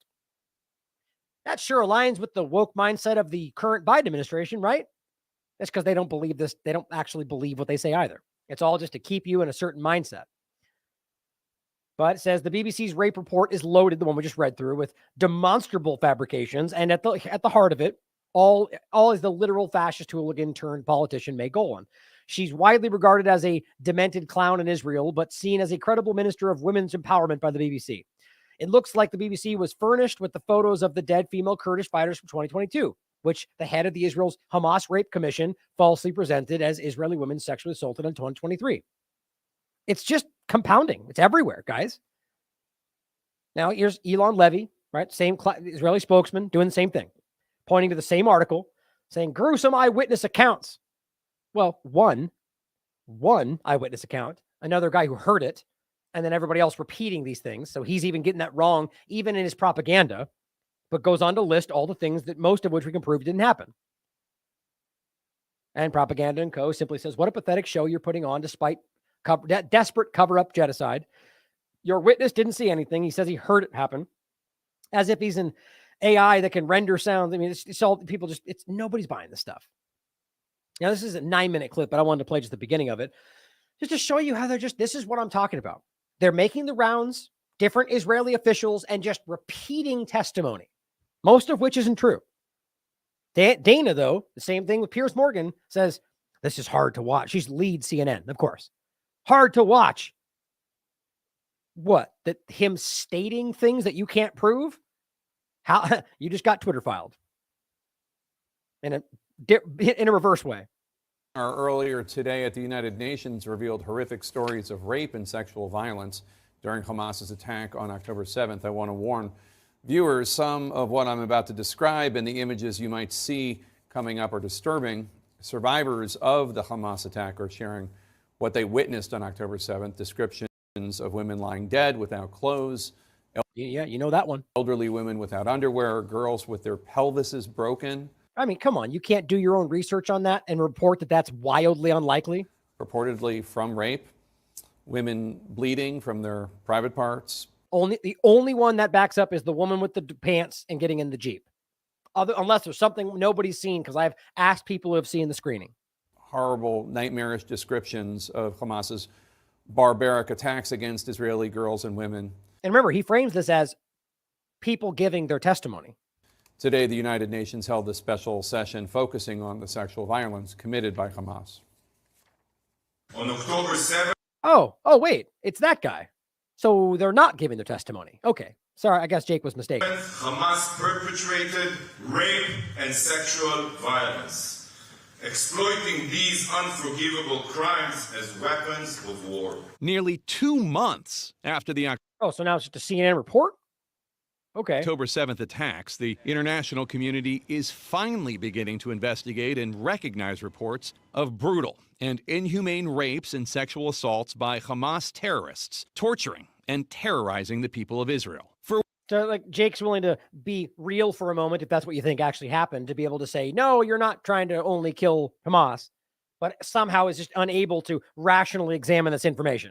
It's just Israel says all the way across the board. For weeks, Israeli police have been collecting eyewitness testimony, video, and forensic evidence. Nope. No, they haven't, Jake. See, this is how stupid these people are.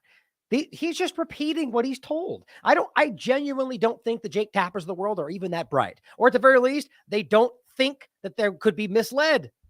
They're not collecting forensic evidence because that's already passed. These bodies have been collected. They've all been sent. They've all been processed. It's all happened already.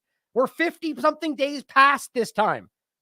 It's so insulting to everybody's intelligence to pretend that they're collecting forensic evidence. On top of that, collecting all these testimonies. What testimonies? I've seen the same 3 stories recycled over and over. Apparently, that's too difficult for Jake to figure out. Detailing countless accounts of rape and sexual assault. No, not countless. About 3 of them, though. The same stories. Perpetrated by terrorists on Israeli women and children. And they're showing images of cars that were shot by the IDF. For weeks, there has been very little outcry or condemnation from the international community, including from the United Nations. Sadly, the very international bodies that are supposedly... When do we get to the first-hand testimonies Jake was talking about? The defenders of all women's silence. During Hamas's attack on Israel. Hamas has denied committing any gender-based violence committed during Hamas's attack on Israel. Hamas has denied committing any rapes or sexual assaults. There are exactly no circumstances that justify rape. None. Rape is... Right. So another nonprofit leader, not somebody with firsthand testimony. Targeted. So she's just saying rape's bad. Nobody should be okay with this and believe everything Israel's saying. No, thank you. Same thing. Police. Okay, just so this is clear, guys. Police chief, senator, all of them blindly repeating what Israel says with no evidence or no proof. Oh, here we go. Now we're getting to the evidence that they claim is the real stuff. Burn. Barely any hair left on her. And video. Why do they think they're just repeating stories? Were played from a first responder, a paramedic, and a survivor of the music festival, detailing firsthand what they experienced. The 2 we had were bound by their hands. Their hands were behind their back. There was a body of a woman that had a blood stain on her genitalia. There was a lot of gun wounds there. Shooting was targeted at sexual organs. Yeah, it's the same story. It's the same report. No, and now we don't even know who this person is. That matters, especially when we can prove they've already been lying repeatedly. Why would this person be, if this is a paramedic who simply saw this and did not experience that, why wouldn't they relay the information publicly? That screams dishonesty. Same thing. Fuzzed out and back to the officials. That's nothing. These people know they're lying to you, guys. There's no way around that. Now, Elon Levy does this. He's attacking anybody that has the courage to point this out. That doesn't mean that I believe everything Joy Gray says. Like, let's not be that silly, okay? But the point is, what she says, whether she believes it or not, or whether she means it or not, is true. Which is, believe all women was always an absurd overreach. That's what I've been saying the whole time. He goes, because they're rapist well, I'll read what she says first, actually. I think it's right here. She says, believe all women was always an absurd overreach. Women should be heard. Claims should be investigated, but evidence is required. Like, think about disagreeing with that. Like, it's desperate is what it is. People that need that not to be the reality. As she says, the same is true of allegations out of Israel. Of course it is. But also, this isn't a believe women scenario. Why? She rightly points out, because no female victims have offered testimony. Oops. And it says, for years, certain people demanded that we replace due process with believe all women. No, we didn't. That was a manipulation. Most people aren't that stupid. But see, now they're going, but now they won't accept it when we ask them to believe Israeli women. It's like a logical manipulation. They're trying to convince you that what we wanted was blind trust without evidence. Now we don't take it when we're given. It's just like, guys, this is dripping desperation. Nobody wants to, nobody anywhere is of the mind that you shouldn't have to prove rape allegations. That's just crazy. But then, of course, it goes on to say this is my point about the whole community notes thing, which community notes is completely absent on basically everything that has to do with what exposing Israel right now. Everyone's been talking about it. A lot of people. But this says, there are plenty of reports, including witness testimony, showing that Hamas terrorists raped Israeli women. Go look at these. Go look at these and then compare them and realize it's the cycling of the same three stories with not firsthand testimony. You're getting plenty of reports. Yeah, this is my point that I was making. Wow, 4 different links to the average blindly stupid person. They're going to go, wow, community's notes, and there's lots of links. They must be real. No, read the links. Do your research. You'll find that there are plenty of reports that are saying the same thing, none of which prove that they have evidence. Witness testimony that you have reported through CNN with a fuzzed out face when you don't know who they are. Faceless paramedic. It's just insulting. And she says, to respond to that, Zionists are asking that we believe the uncorroborated eyewitness accounts of men who describe alleged rape victims in odd fetish terms. Shame on Israel for not seriously investigating claims of rape and collecting rape kits. Here's my point. That is what it was at first. That's why I'm telling you they've suddenly shifted to telling the same story, but claiming a woman saw it secretly. That wasn't the case in the beginning. It was a man. Now they've just told the same story. Well, like I said, maybe they were watching the same thing from different bushes. Or they're just throwing it at the wall and seeing what sticks every day. And every time it falls, they go, well, try a man this time. Women, 14 of them. One, they have a book? No? Okay. This is what we're dealing with. They're getting caught lying and just giving you another narrative. It should be insulting. And he goes, because their rapist executed them. Okay. So your argument when she says there's no evidence is to go, yes, because they're dead, to prove her point for her. That's how bad these guys are at their job. Your evidence is morgue reports. Well, even the morgue reports state that they can't definitively prove the rape. I read it on Times of Israel. But he either doesn't know that or doesn't care. They're all dishonest. And then I said, based on forensic evidence, no. Your forensic teams already admitted that for numerous reasons they did not collect it, and now that window is closed. Of course, you're not going to respond to that because it destroys his argument.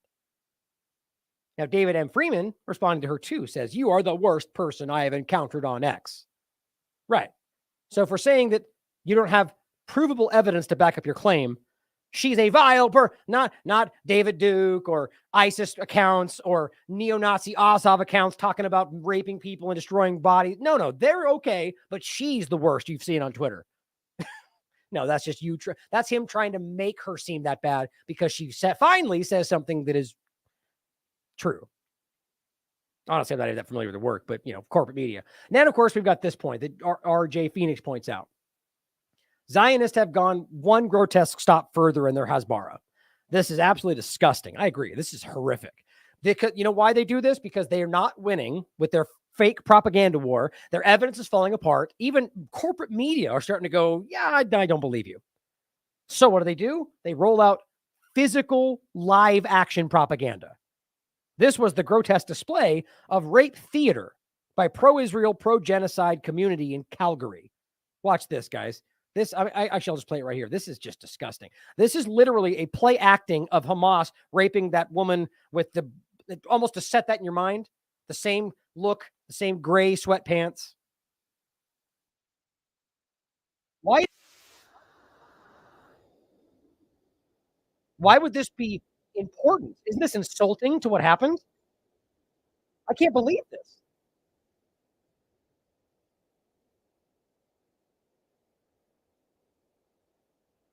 I mean, really take a second and think about how unnerving that is.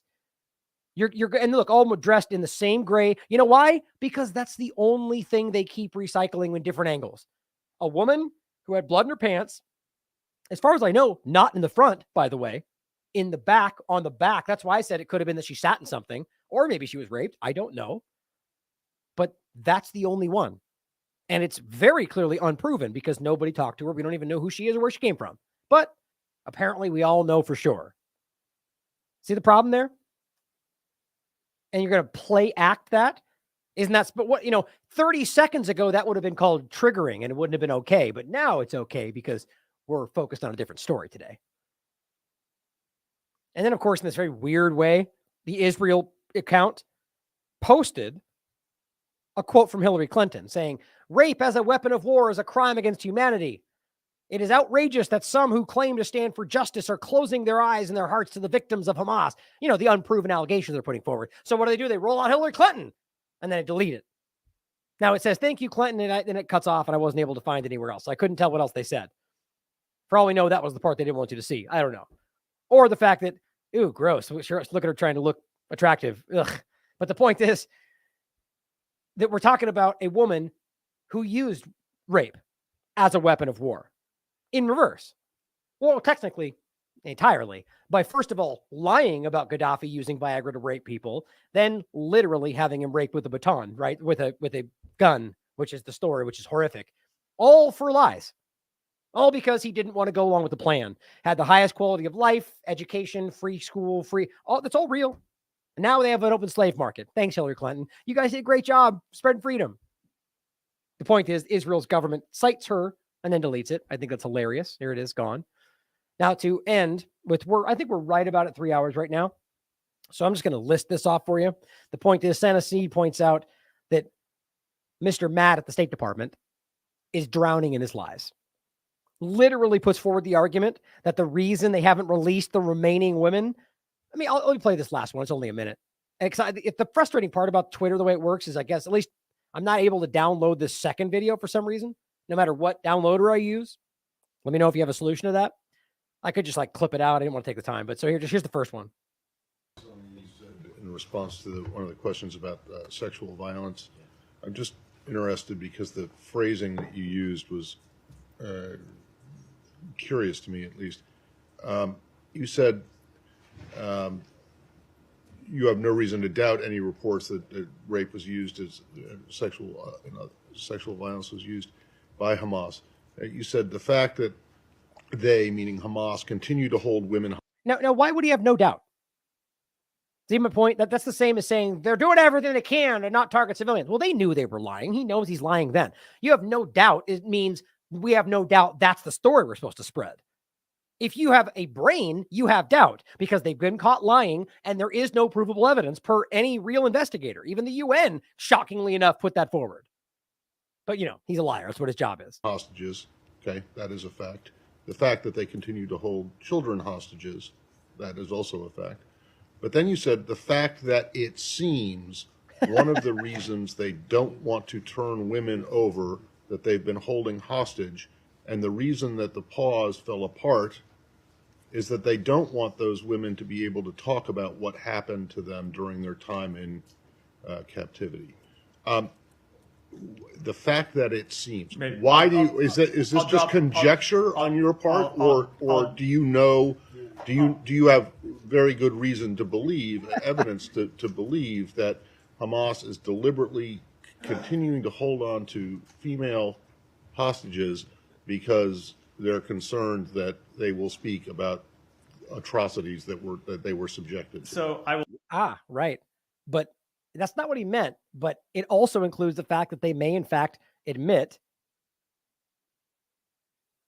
to what has been done to them since they've been there by the IDF, the bombings, or the positive treatment they don't want to be told. Now, Matt Lee was alluding to was that, just questioning, they may be returned and tell horror stories about what Hamas did to them. The obvious point is there's no effing way that Matt could know that, or anybody could know why they don't want to release them back. That is Israel seeding a narrative that clearly just oozed out of his mouth with no effort. It's like Biden saying 40 beheaded babies. These people are complete tools. We'll accept the edit, not fact, seems is a better way to say it, but let me answer the question. The humanitarian pause, which resulted in humanitarian pause, as they literally kept murdering people, both in Gaza and the West Bank. A release of hostages was negotiated with some very clear terms, and that was that children and women would be the first priority to be released. Near the end of that pause, last Wednesday, Thursday, when we were getting towards the end, Hamas was still holding on to women that should have been the next to be released. So did Israel. But I guess that doesn't matter because you're a one-sided clown, right? Right. So Israel had all sorts of women and far younger children they did not release. Easy to prove. But I guess Israel gets its own prerogative, right? We'll let them pick and choose. They make their own. We trust that. It's obviously a one-sided game here. What they're claiming is that Hamas violated the ceasefire, even though we can prove 1,000 ways over that it was Israel that repeated to until they decided to end and blame it. I effing told you that. Didn't I tell you that? Exactly how it played out. Come on, I deserve credit for how many times I get these stories right ahead of the time, even when I'm guessing. But my point, though, is that they know that ultimately, retrain. I just lost my. Where was I? They refused to release them. They broke the deal. Oh, right, about the breaking of the deal. The point being that that goes back to the Bibas family. They were trying to release the family members, and Israel didn't want that to be a public discussion. So that's why they went right back to they said ceasefire's over, and then just blamed it on them. But what he says here is very different. Came up with excuses why. Ultimately, I don't think any of those excuses were credible, and I shouldn't get into any of them here. Oh, that's right. He doesn't want to get into it because he's told not to. Don't bring up the family, the body. We don't want to talk about that. So that's why. But certainly one of the reasons that a number of people believe they refused to release them is they didn't want people to hear what those women would have to say publicly. I won't say fact because I don't know it for a fact. Okay. So you just stated as fact and said it was fact first, a complete opinion. This guy's a fool. Like you that wasn't even well done. Like you just ended up admitting, yeah, I guess I just lied. Oops. Jeez. How pathetic. Well, the point is, here's Israel's main account clipping out the very first part when he said that.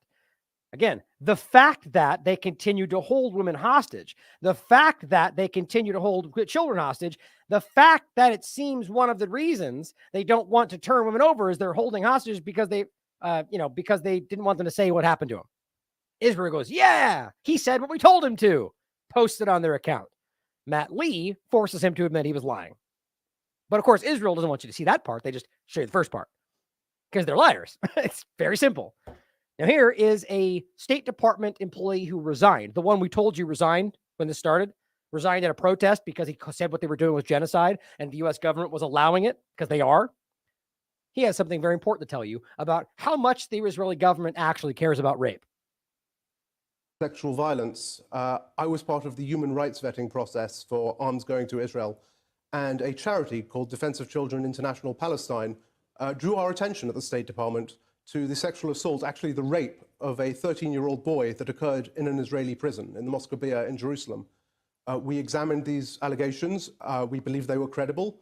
We put them to the government of Israel. And you know what happened the next day? The IDF went into the DCIP offices and removed all their computers and declared them a terrorist entity. Yep. Where do you think the U.S. government gets it from?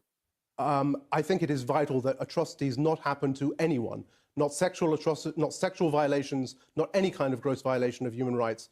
We are looking at a situation where there is so much dehumanification, where people are not seen for the value that they have. Right. So yeah, so Haaretz starts telling the truth. Shut him down. Right? Oh, that place reported that we raped that boy. You're a terrorist. Yeah, that's what they got, guys.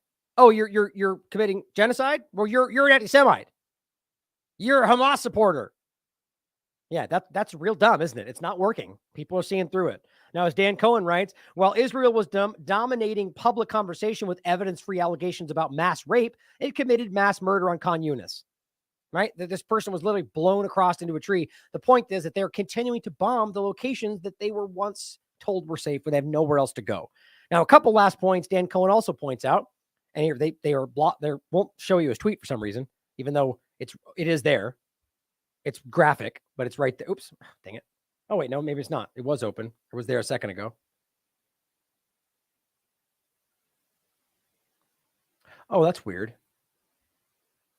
So it does show that then. What is that then? I thought that was the other post. Oh, it's from the Mossad account. Of course it is. See, guys, look, they're constantly deleting what they're doing. Look at this, guys. So that's what this is actually. So they've deleted it since I went live. That's what happened. Damn it. So they had the story. Let's see if we can grab it.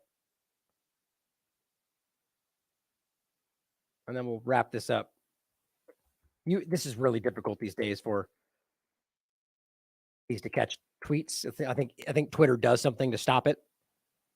Let's see if we can get one. Nope, not that one. One last try. All it really said was, and we already talked about it, it's a completely ridiculous story, that they burned children's legs, here we go, with the exhaust pipe of their motorcycles to track them. So if they got away, they would know which ones were which, assuming they catch them again, first of all. So it's a very flimsy allegation, but it's far more likely if it even happened at all, it's because they were riding on their bikes with them and they burned the leg. And then they got plenty of food and everything they needed and they were happy and, whatever else they're saying now that they're home. By the way, the kids they're saying this about are home and they're claiming that they were treated well. So that's why they go, no, they burned their legs. And wink, wink. He's telling me behind the scenes that they did all the terrible things that he doesn't say out loud. I mean, the reason it's so easy it's because that's what's happening. We're being lied to in such comically stupid fashion about very serious things. It's not going to seem, of course, that's what I'm talking about. Won't load. It's there. Somebody saved it, but it won't load. Shocking from the Mossad account, Mossad community. Anyway, it's a completely fake story. The journalist who posted the video retracted it minutes after posting it, saying the military misled him. Oh, no, I take it back. This is the one about the burns. That's right there. So this one is this one we talk. I'm sorry. See, I'm always doing that. I'm one step ahead of myself and I forget it's right there. You guys are probably watching that. So he's update. They've marked it above video. Interesting. So it says community notes has now marked the above video lying about the babies and the clotheslines, right? That's the story that was already shown to be false based on his reporting. The disinformation operative behind this refused to move the video, of course. And it says this has already been removed because of his reporting. And it was the point that they were saying this guy was saying that they hung a bunch of babies on clotheslines. That was like a week ago. They're still pushing fake information. And a journalist pulled it back and was like, I'm sorry, this was false.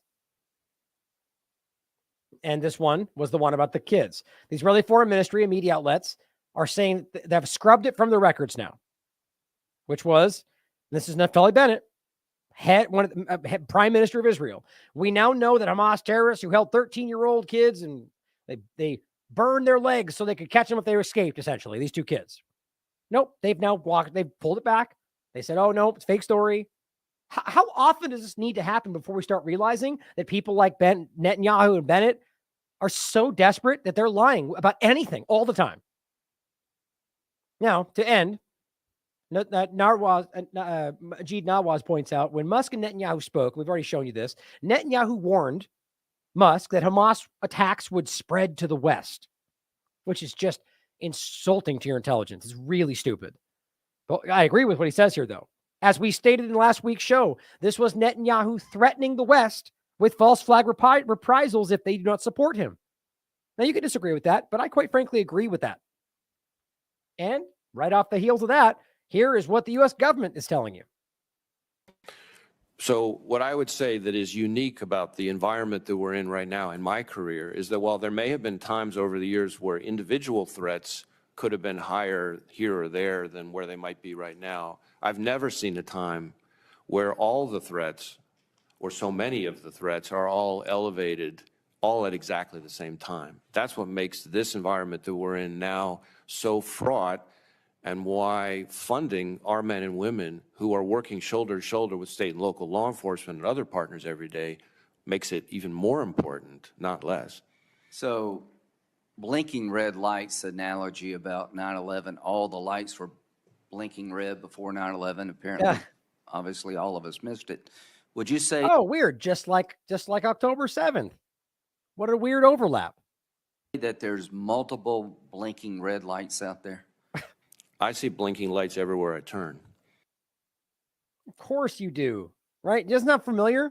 Sort of like, we see the threat rising, we just don't know how to stop it. The one Whitney and I kept talking about in 2020 that completely got marshaled into the war on domestic terror, exactly like we predicted. Here we are again. Blinking lights everywhere. It's all Hamas is coming. They're clearly in a desperate, clumsy fashion trying to patch together some kind of new, it's all in the same direction. This is exactly what it seems like. They're trying to get you worked up that Hamas and whoever bad guy, Russia, Iran, or whatever they say that day is going to create. I believe that this is them trying to create the setting to execute something that will distract you all from what we're all seeing right now. Here's Blinken. Today, I announced a new visa restrictions policy targeting individuals and their family members involved in or meaningfully contributing to actions that undermine peace, security, and stability in the West Bank. So the Israeli government? Hooray, all right. Oh, wait, no, he means everybody else. Violence against civilians will have consequences. Israeli government? Oh, no, everybody else. Okay, that's too bad. Now, so obviously, he's ridiculous, and what he's doing is saying Palestinians aren't welcome in the country anymore without saying it. That's what he's doing. And obviously, when Trump did something similar around all Arabs, or framing it a different way, they say these people called him a racist, terrible person. But of course, now they're doing it for freedom, and it's different. No, you're literally creating an arbitrary visa restriction for people. Of course, who do you think are going to meaningfully contribute to problems in the West Bank? And he's talking about visa restrictions in the U.S. Who do you think that applies to? It's going to be Iran or Palestinians at large. That's what this is. Or anybody that speaks out in support of it, right? These people are ridiculous. They're creating so what it's going to create in my mind is the fact that now anybody that does have one of those things is already going to be on a red flag situation. They're setting up the perception that this is coming to you. I think it was Orwell shared me this, or somebody, I think it might have been her. Somebody shared this with me. I forget now off the top of my head. This is on, obviously, the highway. Let's be clear. Hamas is your problem too. JewBelong.org. Creepy. Like the idea, who other than racists who are always like that and always exist in some places who's anywhere is claiming that Jews shouldn't be here, or that they don't belong, or that they are the problem. You're focusing on what I argue is a largely created Zionist manipulation. Plenty of racist people exist in that to create this dynamic where anybody calling out Zionism is suddenly hating Jews. And so that then creates Jewish people who think that we're attacking Jews, and they're the ones creating this problem. But that doesn't mean racists don't exist. The idea to frame this as they're your problem too. This people are now thinking Hamas is a growing problem around the world. Don't forget, Donald Trump said they're coming in the southern border. That was not an accident. Spectator Index says Israel's opposition leader, Yair Lapid, is now calling for Netanyahu to resign. So we're already starting to see these things happen. It's going to get very uncomfortable the more this gets disjointed. Erdogan is now saying that Netanyahu, quote, will be tried as a war criminal. Netanyahu knows that.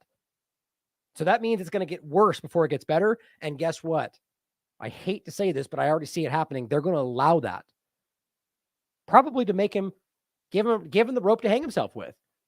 Then use it to benefit their own political agendas. You know what? Who gets the brunt of the problem and none of the benefit? The Palestinian people. That's how it always goes. So I'll leave you with this great clip from an Irish man at the parliament speaking about, the hypocrisy, the double standards of everything we're talking about all the damn time in government. But thank you for joining me today, guys. I think it's important that we keep, honestly engaging with this, as much as this is a very difficult conversation. I don't like talking about a lot of this stuff, but it's important. If we're, if not us, who is going to talk about the reality of this when most people are terrified to even wade into these conversations until they get the nod by some above entity that says, okay, now we can talk about 9/11. Okay, now we can talk about vaccines. Now, and they wade in and usually get most of the credit.